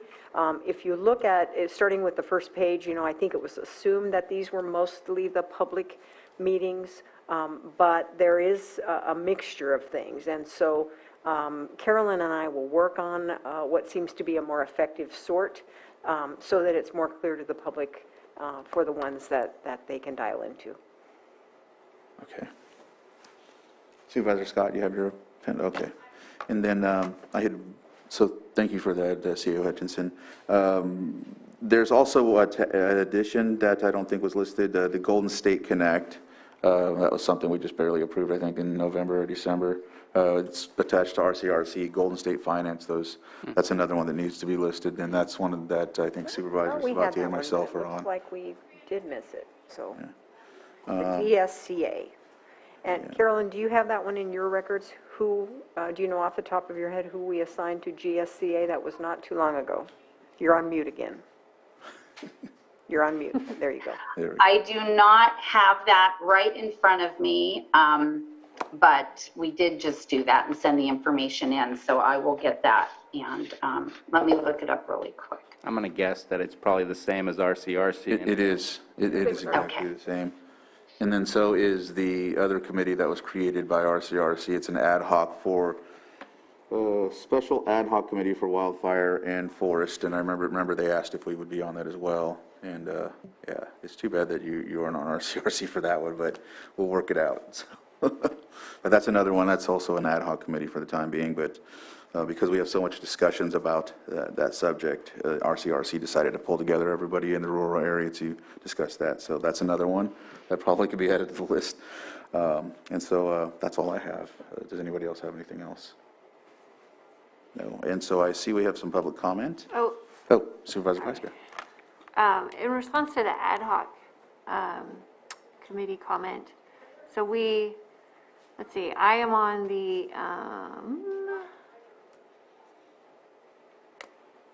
CDD ad hoc committee with Supervisor Simon, and that has really been since last spring to support the new director who stepped in, Director Darby, and help streamline and support the cannabis, the mass amount of cannabis applicants, and we're going to be having a report that later this month to the board on the status. It's in plan for January, yes. A January report. And then also the Public Health Ad Hoc Committee, which along the same lines as CDD is supporting the new director as they come in next week, Jonathan? Okay. And Supervisor Sabatier? Yes, thank you for those updates. And I neglected to update on the Potter Valley Project Ad Hoc Committee. You just saw a letter that came to the board last month opposing a grant proposal from Sonoma Water. And I think that the conversation still continues. I know that Supervisor, our Chair Crandall and myself have been having more conversations as of late with people who are very knowledgeable with the FERC process. And I think we're going to continue. The goal of the committee is to keep our eye on the FERC process to make sure we don't miss anything and to continue those conversations because it's going to, it's a heavy lift politically to ignore this, and we have to keep at it, keep our eye on it. So that is the purpose of the committee and the continuation of the committee at this moment in time. Thank you for that update. I neglected myself as well to update on that. So, all right. It looks like we have any other comments from the board? No. Okay. So we will go to public comment, which looks like we have somebody in the Zoom room, and Betsy Kahn.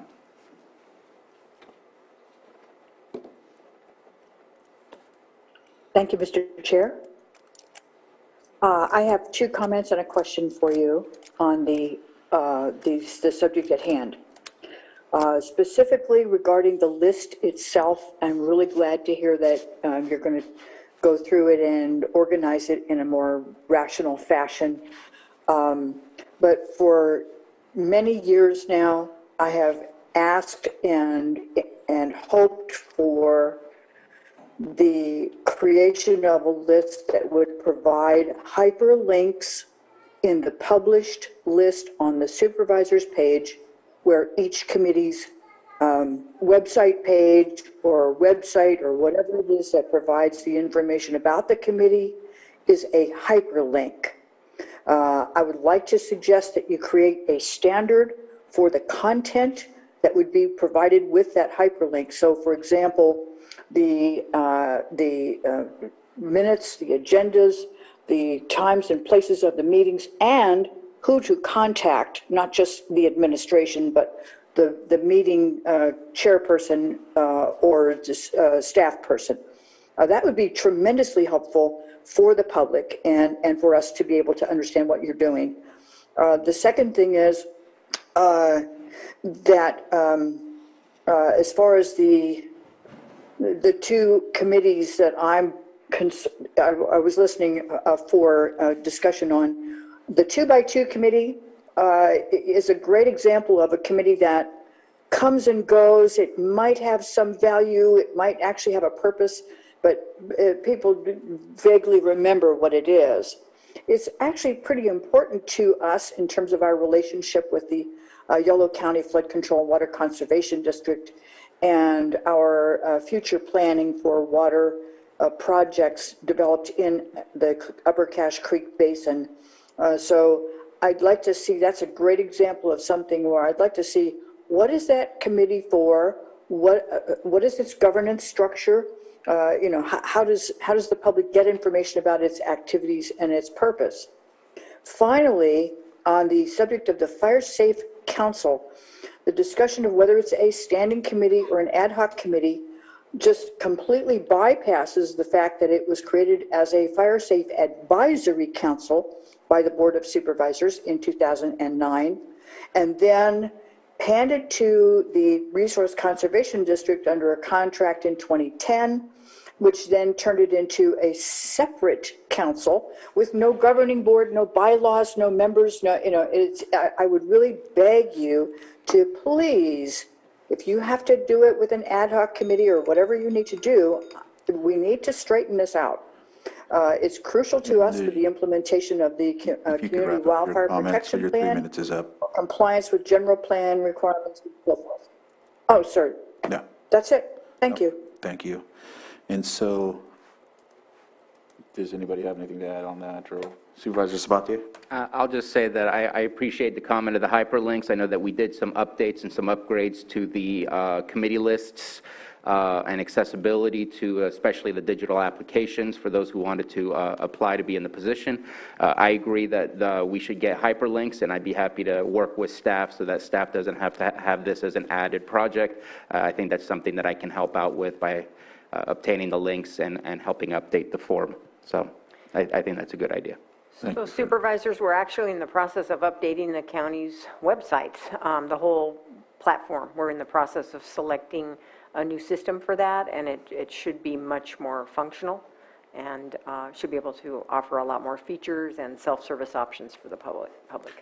Thank you, CAO Hutchinson. I know also I've been working on some things with my 3 municipal advisory committees as well to try and get a lot more out there for hyperlinks, you know, social media type things so that people can be aware of what's going on. So thank you for that. And it looks like we have someone in the chambers. You have 3 minutes if you'd like to come to the microphone and give us your inquiry.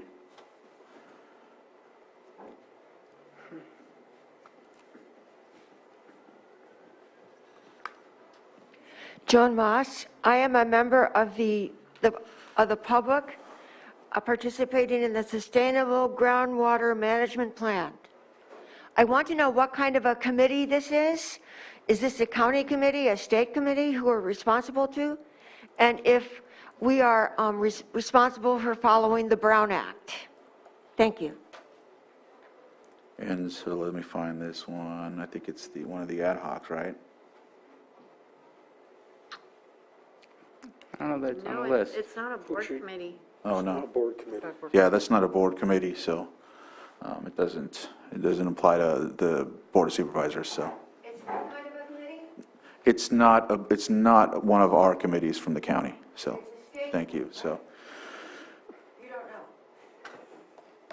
You would have to come back to the microphone and address me. Can I- Supervisor Sabatier can as well, but. It's not a committee that has Board of Supervisors, and right now we're only discussing committees that board members are on. It is a committee that is within the county, and it is Water Resources that is in charge of that committee through the SIGMA process.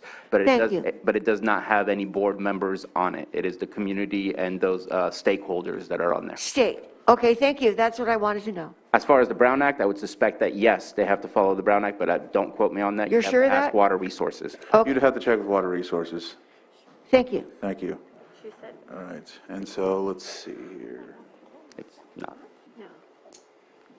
We'll bring it back to the board. Are there any other comments or questions that you want to answer or have, or Supervisor Scott? I just wanted to add that I agree that we need to be putting information out there with hyperlinks, information for our committees. I know IT's been absolutely wonderful for me with uploading onto our website the agendas and minutes for the Scotts Valley community meeting. So it's going to take a lot of work on our part too, to make sure that we're giving staff the information to be able to put out there. All right. There's not anything else. Supervisor Simon, go ahead. One last comment too. You know, and I know we go through and we're always creating committees and everything, and just want to make sure that, you know, the list is good right here. And, you know, this is the time for everybody to speak up and say, hey, I want to be on that committee or not. I want to put it out there because I know former Chair Sabatier, Supervisor Sabatier, you brought up questions about the CDD committee, and I just, you know, we are moving forward, as Jessica said, to bring some stuff forward. We just want to make sure that it seemed like you were pretty interested in that committee. And so I'm just going to put it out there before we approve it, because I'm fine with the way it is, but if you want any changes to that.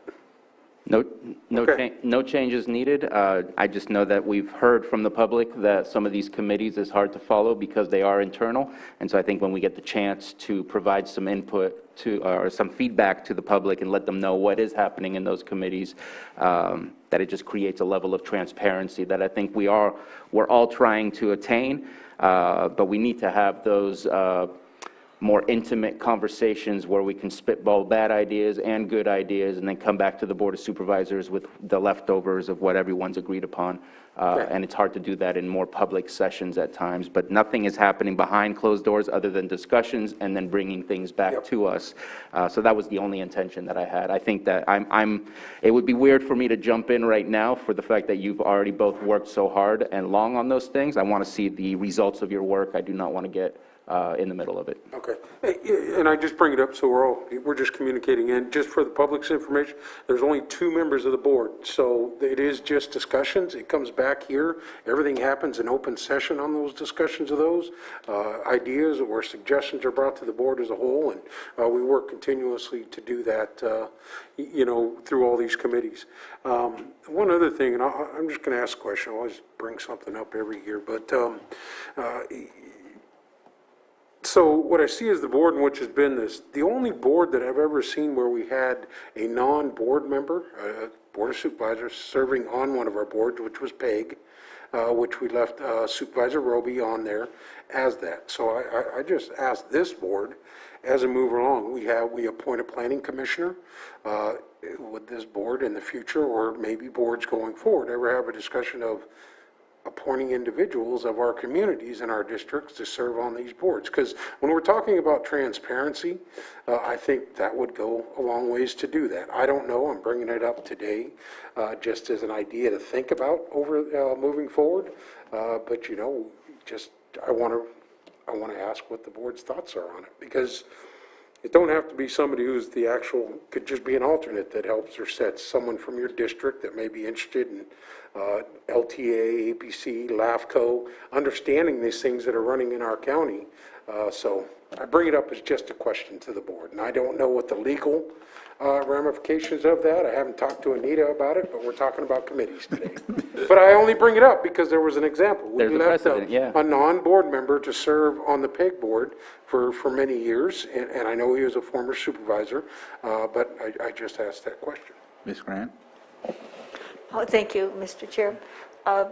Some of this depends upon the enabling law for the creation of these committees. If it's a committee that is required of you by virtue of state law, then you cannot change the composition. You have to act within what the state allows. The Mental Health Advisory Board is a state authorized committee. When it's a committee or a group which your board establishes and populates, you can adjust the composition of that body any way that you would like. I would also say too that there was a mention of an ad hoc committee from 2009. There's the law and the Brown Act evolve over time, and regardless of the number of board members, if your board creates a committee that's ad hoc, that means it's It's like the Community Development Department. You create it for a very specific purpose. When you've reached that goal, the committee dissolves. It doesn't last. It will still be here in 2025. Anything else would be a standing committee. So you're going to have Brown Act compliance either way.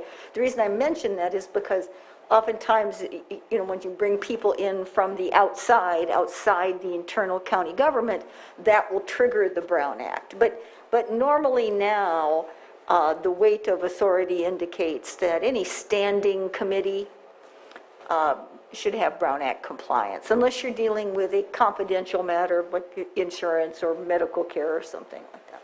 Okay. That's my last comment. Okay. Supervisor Scott?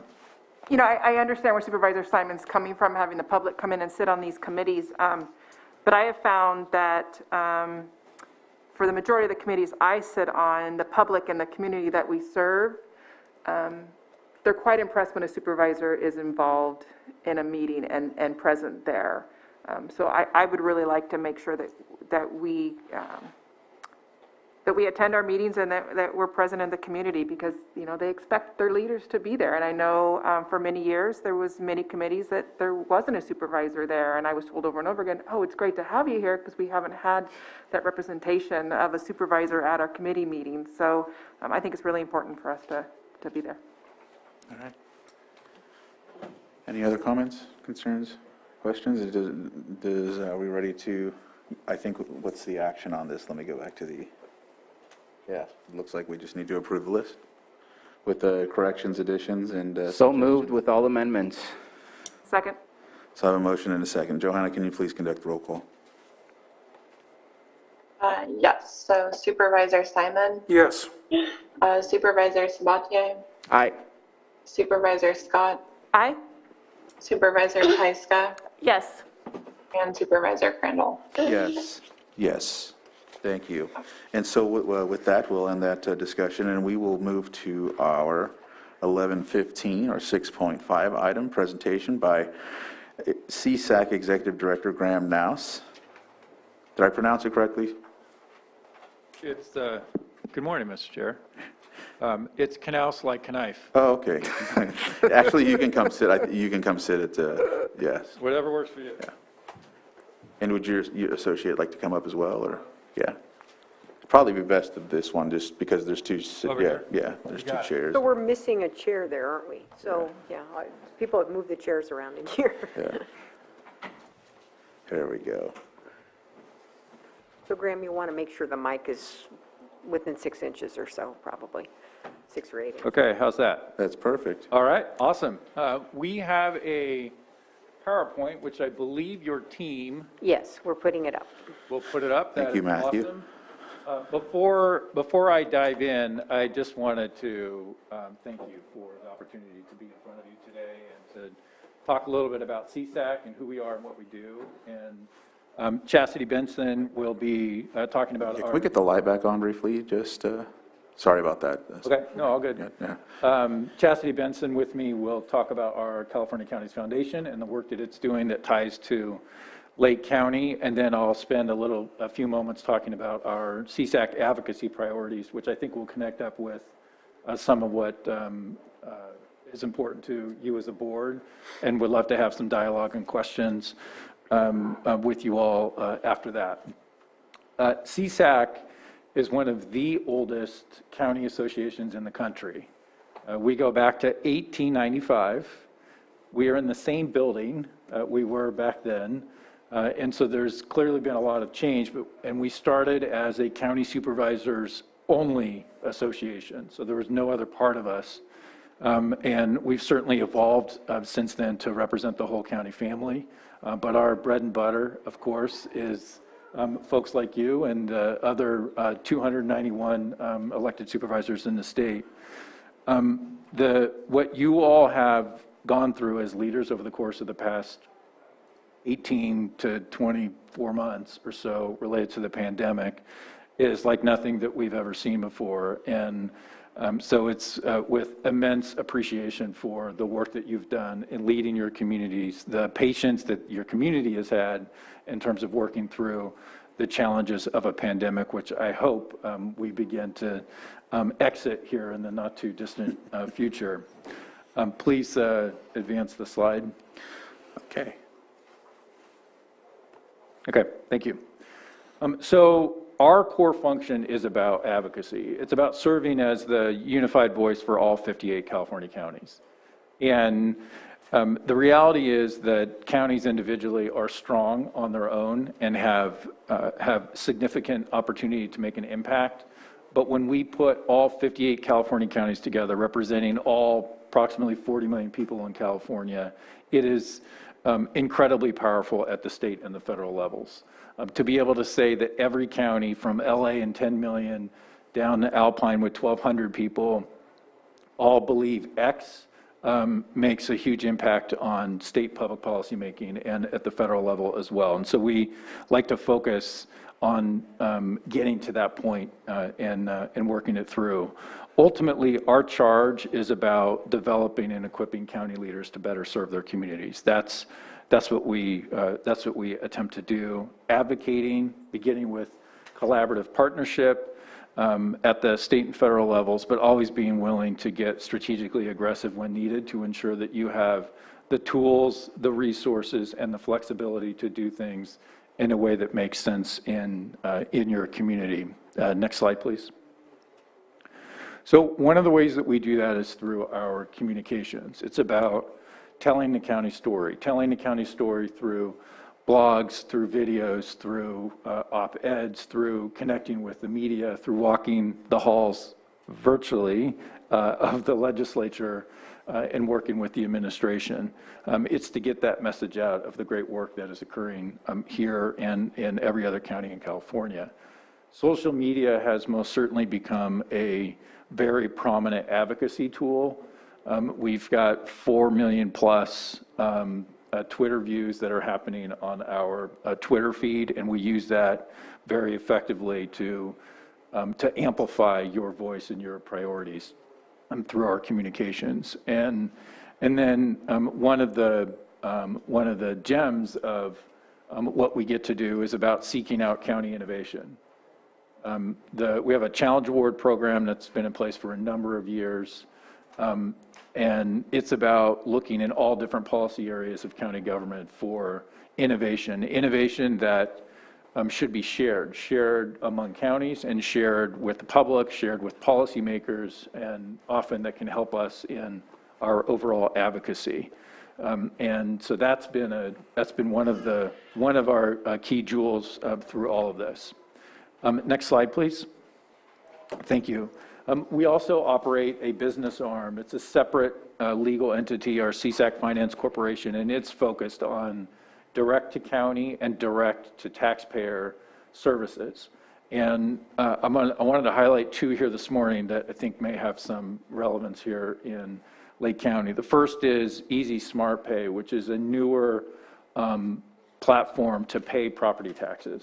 So for your property tax, for your taxpayers in your community that would have interest or that currently use credit cards to pay their property tax fees, there's a third-party fee that is attached to that that's upwards of 4% in a number of communities. And so through the Easy Smart Pay platform, we've been able to effectively cut that in half. The other part of this that is relevant is that there are a number of property owners, particularly business, but not limited to business, that do not have an escrow account. In fact, 2/3 of California property owners do not have an escrow account. And so get the bills, they have the 2 times a year to pay half of their property taxes. Easy Smart Pay offers an opportunity for them to do that on a monthly basis, and to do it on a monthly basis in a way that is consistent with the limitations in state law, because there are some significant limitations on the collection of property taxes in state law.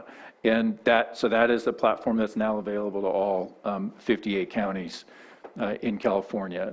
The next one I wanted to mention is a whole lot of words. The California Statewide Communities Development Authority, Community Improvement Authority. And that is new. It's just completed its first year, and it's entirely focused on workforce housing. In the marketplace, there are tax incentives at the extremely low income and low income housing level. Not enough. Not enough to meet the gap in probably in Lake County and in other communities in the state. There is nothing that is in place for moderate income housing, for the workforce that is delivering services in communities.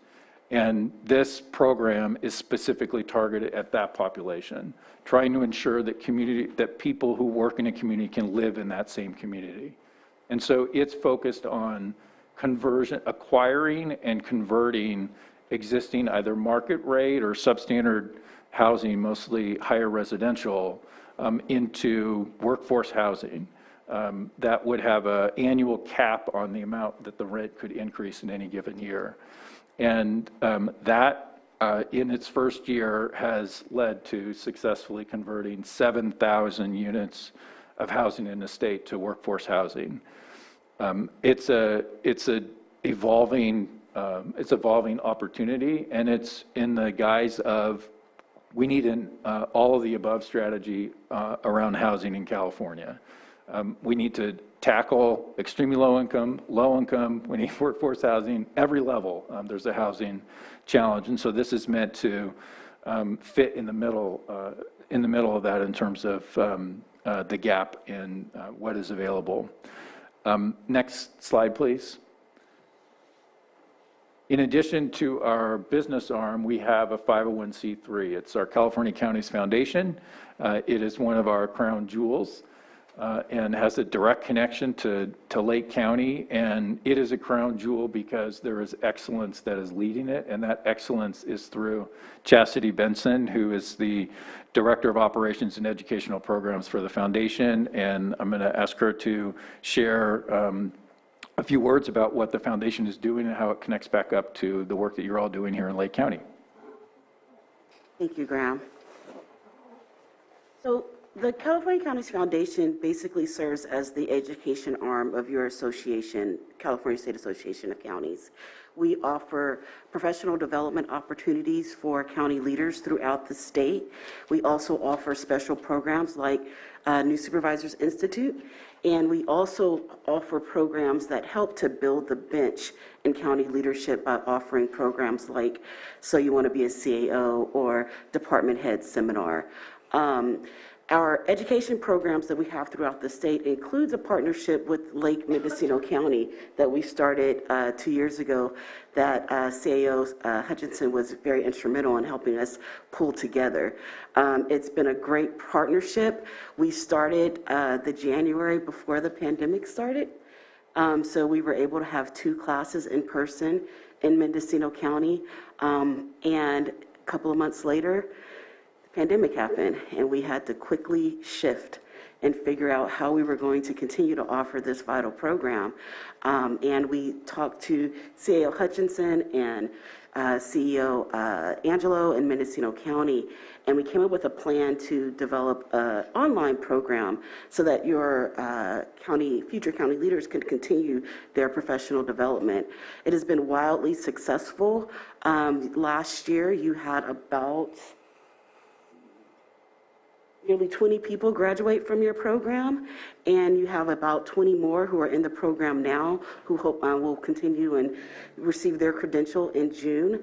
I have to say that the Mendocino Lake cohort has been such a positive group of people to participate in our programming. They have attended almost all of the classes, which almost never happens, where we start a cohort and almost everyone finishes at the end. They're active, they're engaged.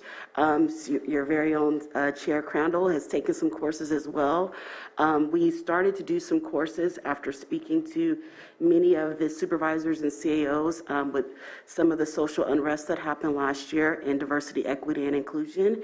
That was wildly popular. We had many, many leaders from Lake County participate in not only the cohort classes, but also in the symposium that we did last year. And so I think Matthew Rothstein is out there. I just want to say a shout out to him. We worked very closely on some of the DEI efforts that y'all are doing here in Lake County, which is super exciting that you are embarking on that brave journey. Also wanted to talk a little bit about the foundation and our strategic planning over the next year. We are looking at finding ways to engage county supervisors more in the foundation and providing you with programs that you can utilize to build your network of other county supervisors, but also provide you an opportunity to talk about emerging issues that are currently you're facing and maybe come up with some best practices and maybe strategies on how we can work together. One that comes to mind that's seems to be a hot topic right now is workforce planning. We are seeing a wave in the Great Resignation. A wave of people are either retiring or they're deciding that they want to do something else and they're not returning back to the workforce, which is leaving a big gap across all industries related to employees in an effort to get more employees to come and work for a county public service. And so we want to bring supervisors together and CEOs together to kind of talk through some of the strategies that we can use to maybe attract people to come to public service. So please be on the lookout for that. We'll be doing workshops and, again, this sort of roundtable idea that we've been tossing around to bring you all together to talk about what the future workforce looks like for public service. I just sort of want to end by saying thank you for continuing to partner with the Institute. Also, thank you for investing in your workforce. As we talk about workforce planning, we know that one of the things that younger employees are looking for is they want to feel valued.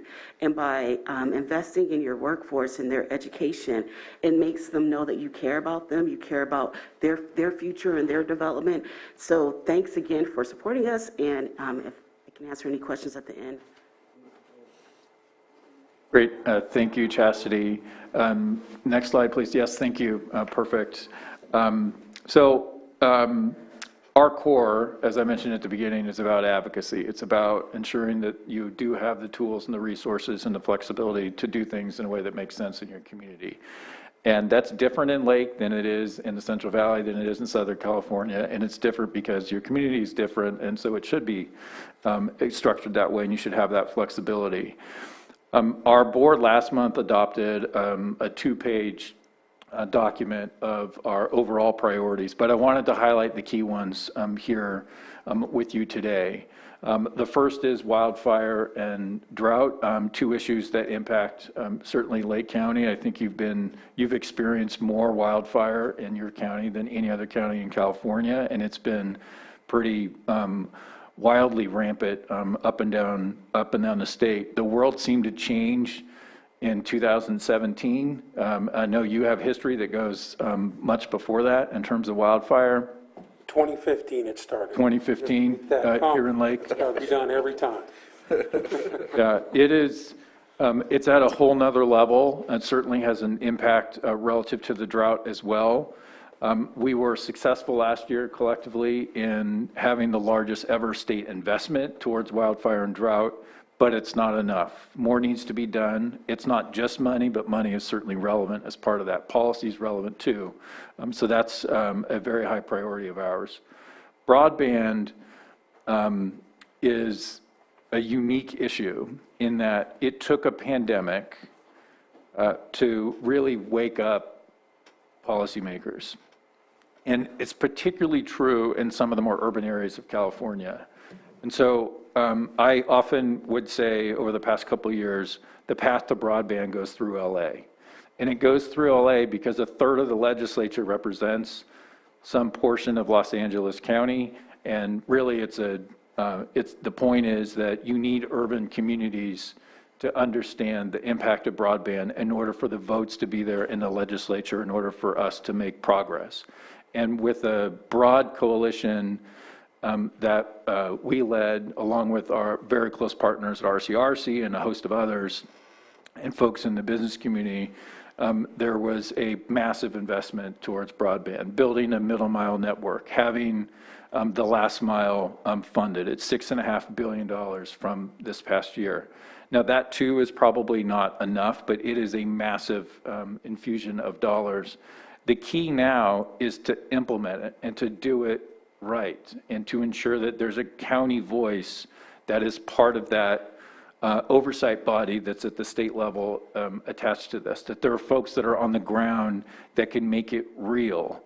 So the concept of this lopping off 7 to 10 years of the timeline to get broadband in communities is actually put in place, and that's able to be realized for members of your community. And so this is work that will certainly continue through this year. Homelessness is another, also largest ever investment, state investment towards homelessness this past year. I expect there'll be similar attention to homelessness and behavioral health in 2022, and we'll be part of that conversation and wanting to ensure that there's clarity on who is responsible for what around homelessness, because if it's not clear, the role of the state, the role of counties, the role of cities, the role of the faith-based community, the business community, the nonprofit community, if that's not all clear, then the funding alone is not going to make the progress that is needed in communities. And so working through that so that there is clarity and the right level of ongoing funding so that the service supports can be there for the population. I'm going to touch on cannabis, and then I'll circle back to Brown Act reform. Cannabis is unique. It's unique in my career. It's unique probably in our lifetimes relative to creating an entirely new public policy area from scratch. And Prop 64 certainly began that. And there have been dozens of layers of changes at the state level since then. There are different approaches locally from community to community. And it's a bit of a muddled mess in terms of who has what level of control, authority, and how to ensure that what's in place in your community actually reflects the priorities, the values, the intent of the local policymakers. And so we will be working on this issue, and there's there's a legal side to this and there's an illegal side to this, and both are relevant in terms of policy and ensuring that we can navigate through this. It's an incredibly complex one with a lot of different stakeholders, and so we'll be navigating through that and certainly want to stay connected to you all in this county on this issue so that we have your on-the-ground cold truth about what's happening and how, where we should be moving. And then finally, I wanted to touch on Brown Act reform, which is something until about 18 months ago, we didn't really talk about at all. And it goes all the way back to 1953. That's when the Brown Act was adopted in California. And it does a number of things in terms of access. What's changed and what got this to be a high priority for our board and for local government, counties, cities, schools in California, but also across the country, is that public discourse has changed. The level of civility in a number of public meetings has changed. There's a different and unhealthy component to public discourse that was not present 5 years ago, 10 years ago, 20 years ago. It's not political, but it is a manner of engagement that is leading to a disincentive for folks to participate in public service. It's a disincentive for those in the community that want to engage, but don't feel comfortable doing so because of how the dynamic has changed. And there are examples all up and down this state and across the country of some of the unfortunate destruction that has occurred that has led to an erosion of democracy in communities where there instead needs to be a balance between open access and public safety and appropriate ability to weigh in on policy, and for all of you and the whole county enterprise that is behind you to have the confidence that it is done in a both deliberative and safe manner, and that you have the tools locally to reflect the world in 2022, not the world in 1953, because they're two totally different things. And there are great advantages in some of this relative to what we're doing at this immediate moment, where we're in the board chambers, but you're also on Zoom, you're also on Facebook. There are unique ways to engage that were never in place in most areas prior to the pandemic, and you can't unring that bell, but there needs to be the right tools so that you have, and the broad policymaking family is equipped to ensure that the public feels comfortable, public policy is served well, democracy is protected, and folks can move forward in a deliberative manner and have the whatever difficult policy conversations that need to happen as part of the democratic process. So we're going to be spending more time investing in this. Conversations have already begun with the legislature and with the administration around this issue. There isn't a solution necessarily, so I'm not bringing a solution, but rather opening. The intent is to open a dialogue and to learn what's working, what needs to be updated when we're 70 years, 69 years past when the Brown Act was originally adopted. So that'll be a key focus of ours. And then just finally, last slide, please. Just finally, thank you. Thank you for what you do every day. Thank you to your county administrator, who is she's a helpful cold truth for us. And so whether it's something that's needed because you're immersed in a disaster, or it's an issue, a programmatic issue that is impacting the county, Carol does not hesitate to reach out on your behalf to ensure that we know what Lake County needs. It's very helpful for us to have that resource, and so that is awesome, and certainly serves you well. I've framed this year as a year of optimism, at least I'm trying to. And so I would just say that this is a year of giving grace to others after going through the pandemic, and also to find ways to make positive progress. And I think we're well equipped as a county family to be able to do that, and that's in large part to the leadership that you all bring to this role every single day. And so thank you for the opportunity to spend some time with you. Thank you, Graham, and thank you, Chastity. Any questions or statements, or Supervisor Pyska? Oh, this is going to be a heavy side of the diet this year. You want to balance it out? You can go first. Thank you for coming. I know we nodded at each other when you were going through the metal detector. I haven't seen the both of you in person for so long. You've been maskless on my screen every time I'm there, and I just did not recognize that. So sorry for not the right introduction when you came into the building. Happy that you're here.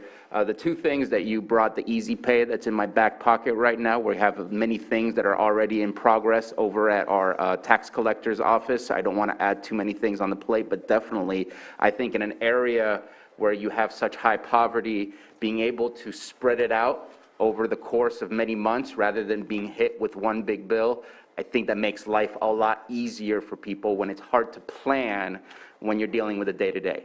And so I really appreciate those types of programs that are happening. The housing, I know we're working on stuff right now, possibly bringing back a housing authority. Whatever we're going to do to position ourselves to be ready for that, we'll be knocking on the door for those things. One of the things that I really appreciate about Csac, it broadens my understanding of things so much, is the legislative updates. I actually now read the government's budget, the governor's budget. It's just, there is so much detail and so much better understanding of what's available to us. And I think that Csac really has opened up the big picture rather than seeing, there's already so much to learn and know and find out about Lake County, but Lake County can only be Lake County if we access the things that are available to us outside of Lake County as well. We have to learn where to look. We have to learn what's going on. And Csac does that. It was a really good introduction using the Csac New Supervisor Institute. I know that I went there with Supervisor Crandall. Just really put me in a good position to get started in the work that I wanted to get done. And I've really appreciated the tasks, the information and the tasks that I've received from you guys and what to support, what legislation to look at. I know that our previous president, James Gore from Sonoma County, said that in crisis there's opportunity. That was part of his speech last year. I think there's opportunity whether we are in a crisis or whether good things are happening. I think it's a matter of us finding those opportunities. I am optimistic about 2022 because there's opportunities for 2022 for us to get into a better position so that our community members can have a better quality of life. I decided to step up this year, and I joined the Agriculture Committee as well as the Administration of Justice Committee. Already received a call from new President Ed Valenzuela, and looking forward to get involved. I don't want to ask Csac to do things for us. I want to be a part of what I'm asking Csac to do for us, because I think that's the most fair way to approach anything and get those things done and accomplished. In the tasks that was presented to the board, I did add in, it wasn't added, but I added in my voice asking for looking at justice reform. And I was glad that soon after, or maybe right before, London Breed was yelling that that is something that's needed. I have a feeling we're going to see some of those movements finally, and I recognize that it's been difficult in the last couple of years because of ballot measures and seeing which way the public is going, which way legislators are going, and for Csac to spend that level of energy to go against the grain means that you're not putting your energy in things that you could actually accomplish. So I have a feeling that either this year or next year that some of those things can re-swing the pendulum back to where it's more centralized. We don't need to swing it back, but maybe there's going to be some change. So I'm looking forward to all those things and being much more involved, and really appreciate what you guys bring and the support that you offer. So thank you so much. Good seeing you. So I just want to put something on your radar. I know you have one of your priorities is drought and wildfire, and what we're experiencing now is catastrophic tree mortality again, like we did before in the previous drought. And I don't know if other counties are sounding the alarm yet, but it's something that was not an issue in June. It happened rapidly over the summer. We didn't have much of a winter last year, and so that's the bark beetles. We had multiple swarms per year rather than one swarm. So trees that were damaged and stressed by previous droughts, starting to recover underlying disease, and then now multiple beetle swarms throughout December, really, when we had still 70-degree weather. So I reached out to CAL FIRE, and one of the Napa County supervisors also did a few weeks ago, and we did a flyover. We did an aerial survey and waiting on that report. But some of the stands that we examined were already 60% dead. So we have the cold weather now, we have the rain now, but we also have standing fuel now. So we have to figure out how to deal with this. Even if we get the rain that we need this year, this is still an issue. We had trees, they're still dying every day. So putting that on your radar, I'm happy to pass on the reports that I get. Supervisor Simon and I did speak with one of the CAL FIRE captains who dealt with this in the Southern Sierra 5 years ago. We're going to need help fortifying our communities and our roadways from the tree death. There isn't anything that we can do to stop the tree death, but it is a reality that we're going to have to deal with. Thank you for raising that. I was not aware that tree mortality is back. That's almost a horrifying thing to hear after how devastating it was with, what, 1 million, 2 million trees that had died several years ago.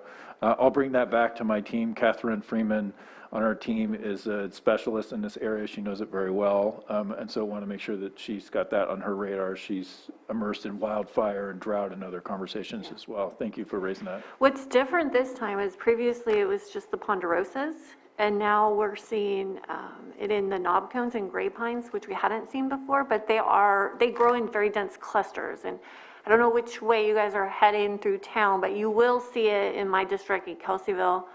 It's on the slopes of Mount Conocti. It's on either side of the highway. When you go, you'll just see giant swaths of brown. Those are highly combustible trees. They do not have a long lifespan, so it could be drought beetles and coming to the end of their life. But it's an insane amount of fuel to have along our highways. All right, thank you for that. Supervisor Scott? Just want to thank you for taking the time to come here today and educating us on what your priorities are. I know for me, working with those that are homeless is a priority of mine, and there's a lot of money coming down, and I applaud you for taking that as a priority, trying to figure out who's in charge of what. Because here in Lake County, it probably wasn't till like 5 years ago that we got organized with our continuum of care and are now starting to bring money in. But we are trying to figure out between the city and the county and the state, you know, who's supposed to be doing what. So I really appreciate that that is a priority of yours, and I'm anxious to hear back more from that. Go ahead, Supervisor Simon. Thank you for your time today in your service.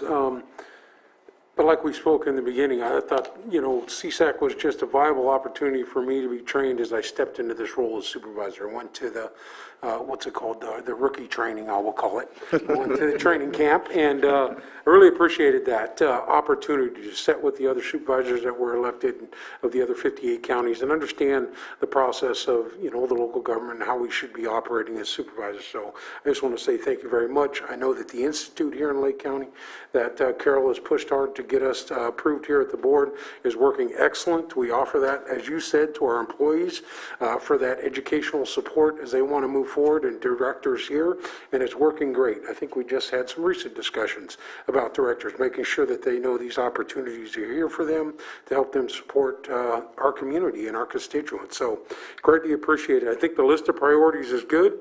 You know, you can always add them, just as the tree death mortality situation we have going on here, but also mental health issues and focusing on our elders and our children, you know, as always. So, and the equity, you know, and the inclusion of all folks. As you know, today you sat here with 2 tribal representatives. I think the only one in the state of California out of 58 that has 2 or ever has had 2 are representing the indigenous people that are from this land.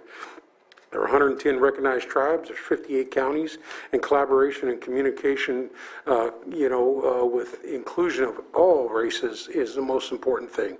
When I sit here and make decisions, I always try and do that. The folks that get to come to these meetings are usually the more well-off folks, and when we make decisions, it's about the single mothers that are struggling to make payments throughout the month, and the folks that really need that representation. We're only as strong as our weakest link, and I really appreciate the communication and cooperation with Csac, and we'll keep bringing it. In 2015, the Valley Fire happened.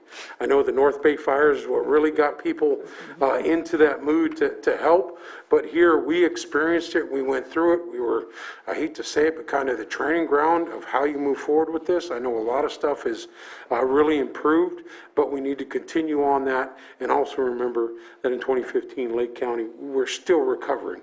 Less than probably 25% on the rebuild in our areas for the Valley Fire, and you know, we don't even go into the other 13 disasters that have happened here, and we just will continue to have that focus. I know our CAO, Carol, and all of our directors make sure that our needs are out there and understanding it. So we'll continue to do that and work for you guys. So greatly appreciate it and everything.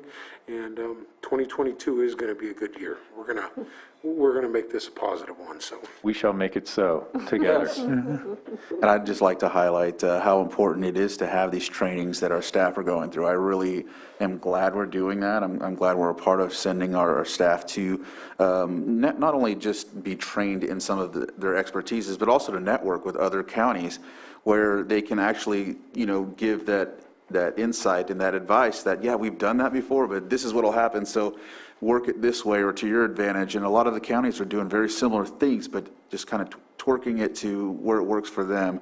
Also, a lot of things that I thought I had pinned, I'm glad I went because I wasn't, especially even with the heavily discussed diversity, equity, and inclusion. There's a lot of things I really wasn't aware of that I was just already thinking, not even thinking I was doing subconsciously. So a lot of these trainings are just so important. I'm glad that you provide it. I'm glad we are having our staff, as a board, we ensure that they go to that. And so, again, thank you for coming, giving us your time, and working with us so collaboratively. Yeah.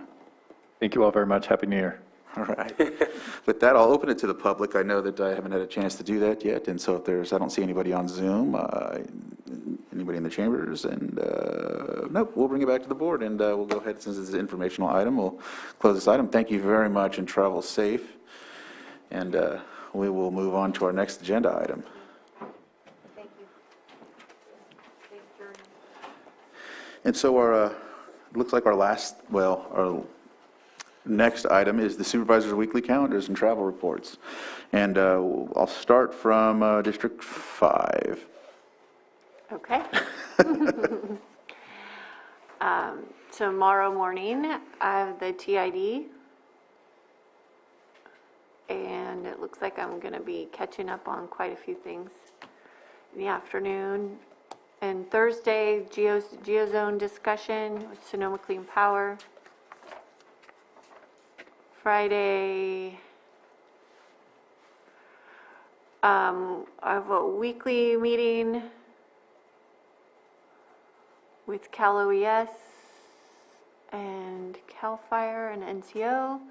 I'm going to be touring with Clerk and Will Evans on the priority projects in my district in the afternoon. And then the California Women in Ag, very exciting.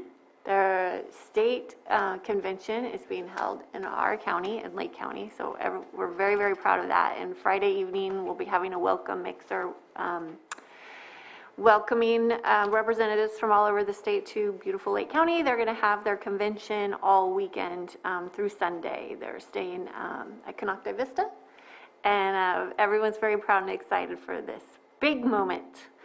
Monday, I'm having my meeting with Carol. I don't think I have anything over the weekend. And then we're also having our AmeriCorps support organization meeting, which is very exciting to have AmeriCorps teams coming back to Lake County and then back here Tuesday, and then Tuesday evening for the special board meeting. All right, thank you. Supervisor Sabatier? Yeah, so tomorrow, starting off the day with an APC LTA meeting. I thought we got a cancellation on. Was that a cancellation? Yeah, I think January's meeting canceled. Okay, appreciate that. Hadn't looked at that yet. Yeah, I think she sent it over the holidays that it was canceled. All right, then I have I unfortunately made a conflicting situation for myself. I had a remote work policy meeting, and then now have a meeting with all of the fire chiefs to discuss our interfacility transfers. So I'm going to be going to the meeting with all the fire chiefs, and invited CAO Hutchinson to be part of the conversation as well, so we can get a little bit further insight onto how to solve that. Then I have a meeting with After the Fire to discuss a conversation we'll be having with FEMA.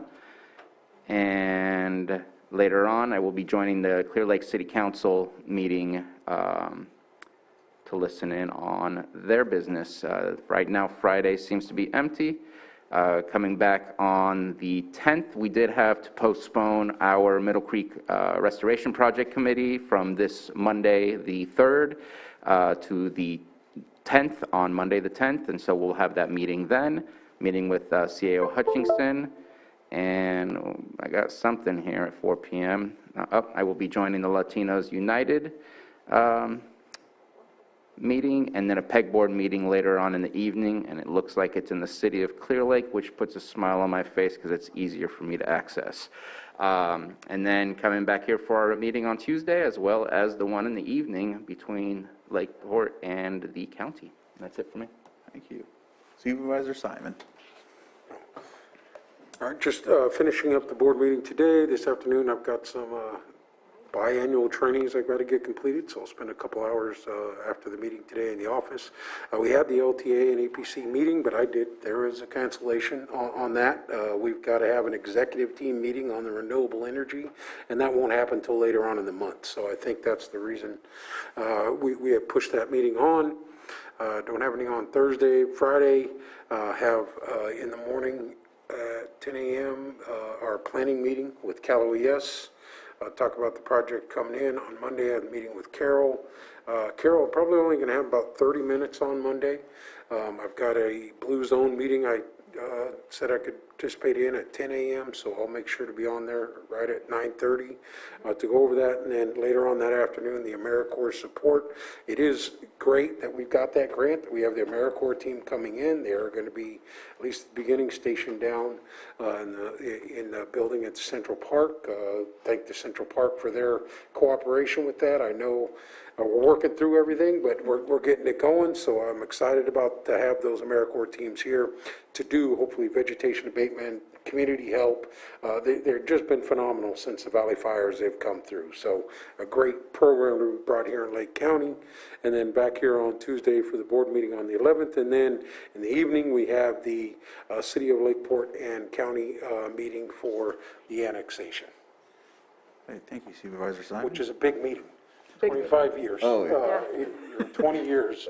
Oh, I think it's more than 25 years. Okay, I'm not sure, but I know I've heard those terms those thrown around. Supervisor Scott.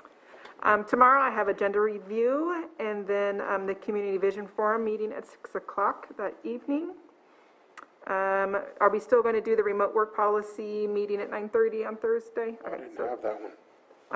Lake County, let's see, GeoZone meeting at 1 p.m. and then a Continuum of Care at 3.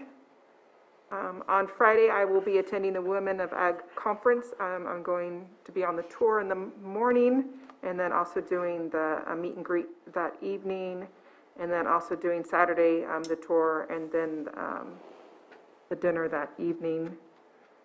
And then Monday, 9 o'clock, meeting to talk about our workshop, the Board of Supervisors, and then back here on Tuesday. Thank you, Vice Chair Scott. Sorry about that. I called you supervisor, but you were the vice chair, so I'll make sure to emphasize that from here forward. I've been called worse. Okay, so my agenda as follows. Tomorrow, we have agenda review at 9 a.m. I'll have the Earth Committee meeting at 4 p.m. at the Moose Lodge, and we'll be providing a Zoom meeting as well in tandem with that. In between that, I'll be a part of the Community Visioning Forum, and then over to the CSA 2 in Spring Valley. Thursday, I have a AR6330UL Safer Project team meeting that I'll be trying to attend for some folks in Upper Lake, and also at 10, special ad hoc advisory on wildfire and forest. Friday, I have some meetings with constituents in District 3. Monday, 8:45, I have a meeting with CAO Hutchinson, 10:30 Middle Creek Restoration, and then back here Tuesday for both of our meetings, our special and our weekly meeting as well. And so with that, there's nothing else to add. We'll move forward and go to our closed session item and finish the day off with that. Our closed session 8.1 is public employee appointment pursuant to Government Code Section 54957B1, appointment of public health officer. And with that, we will go into closed session. Thank you. Yes, Mr. Chair, we're going to go into closed session immediately. Sam is going to step out, and then he'll come back and shut down his booth later. But Matthew can go ahead and terminate the Zoom because we won't be returning to the Zoom. And thank you, Matthew, for your help, and Sam, of course, as well. All right.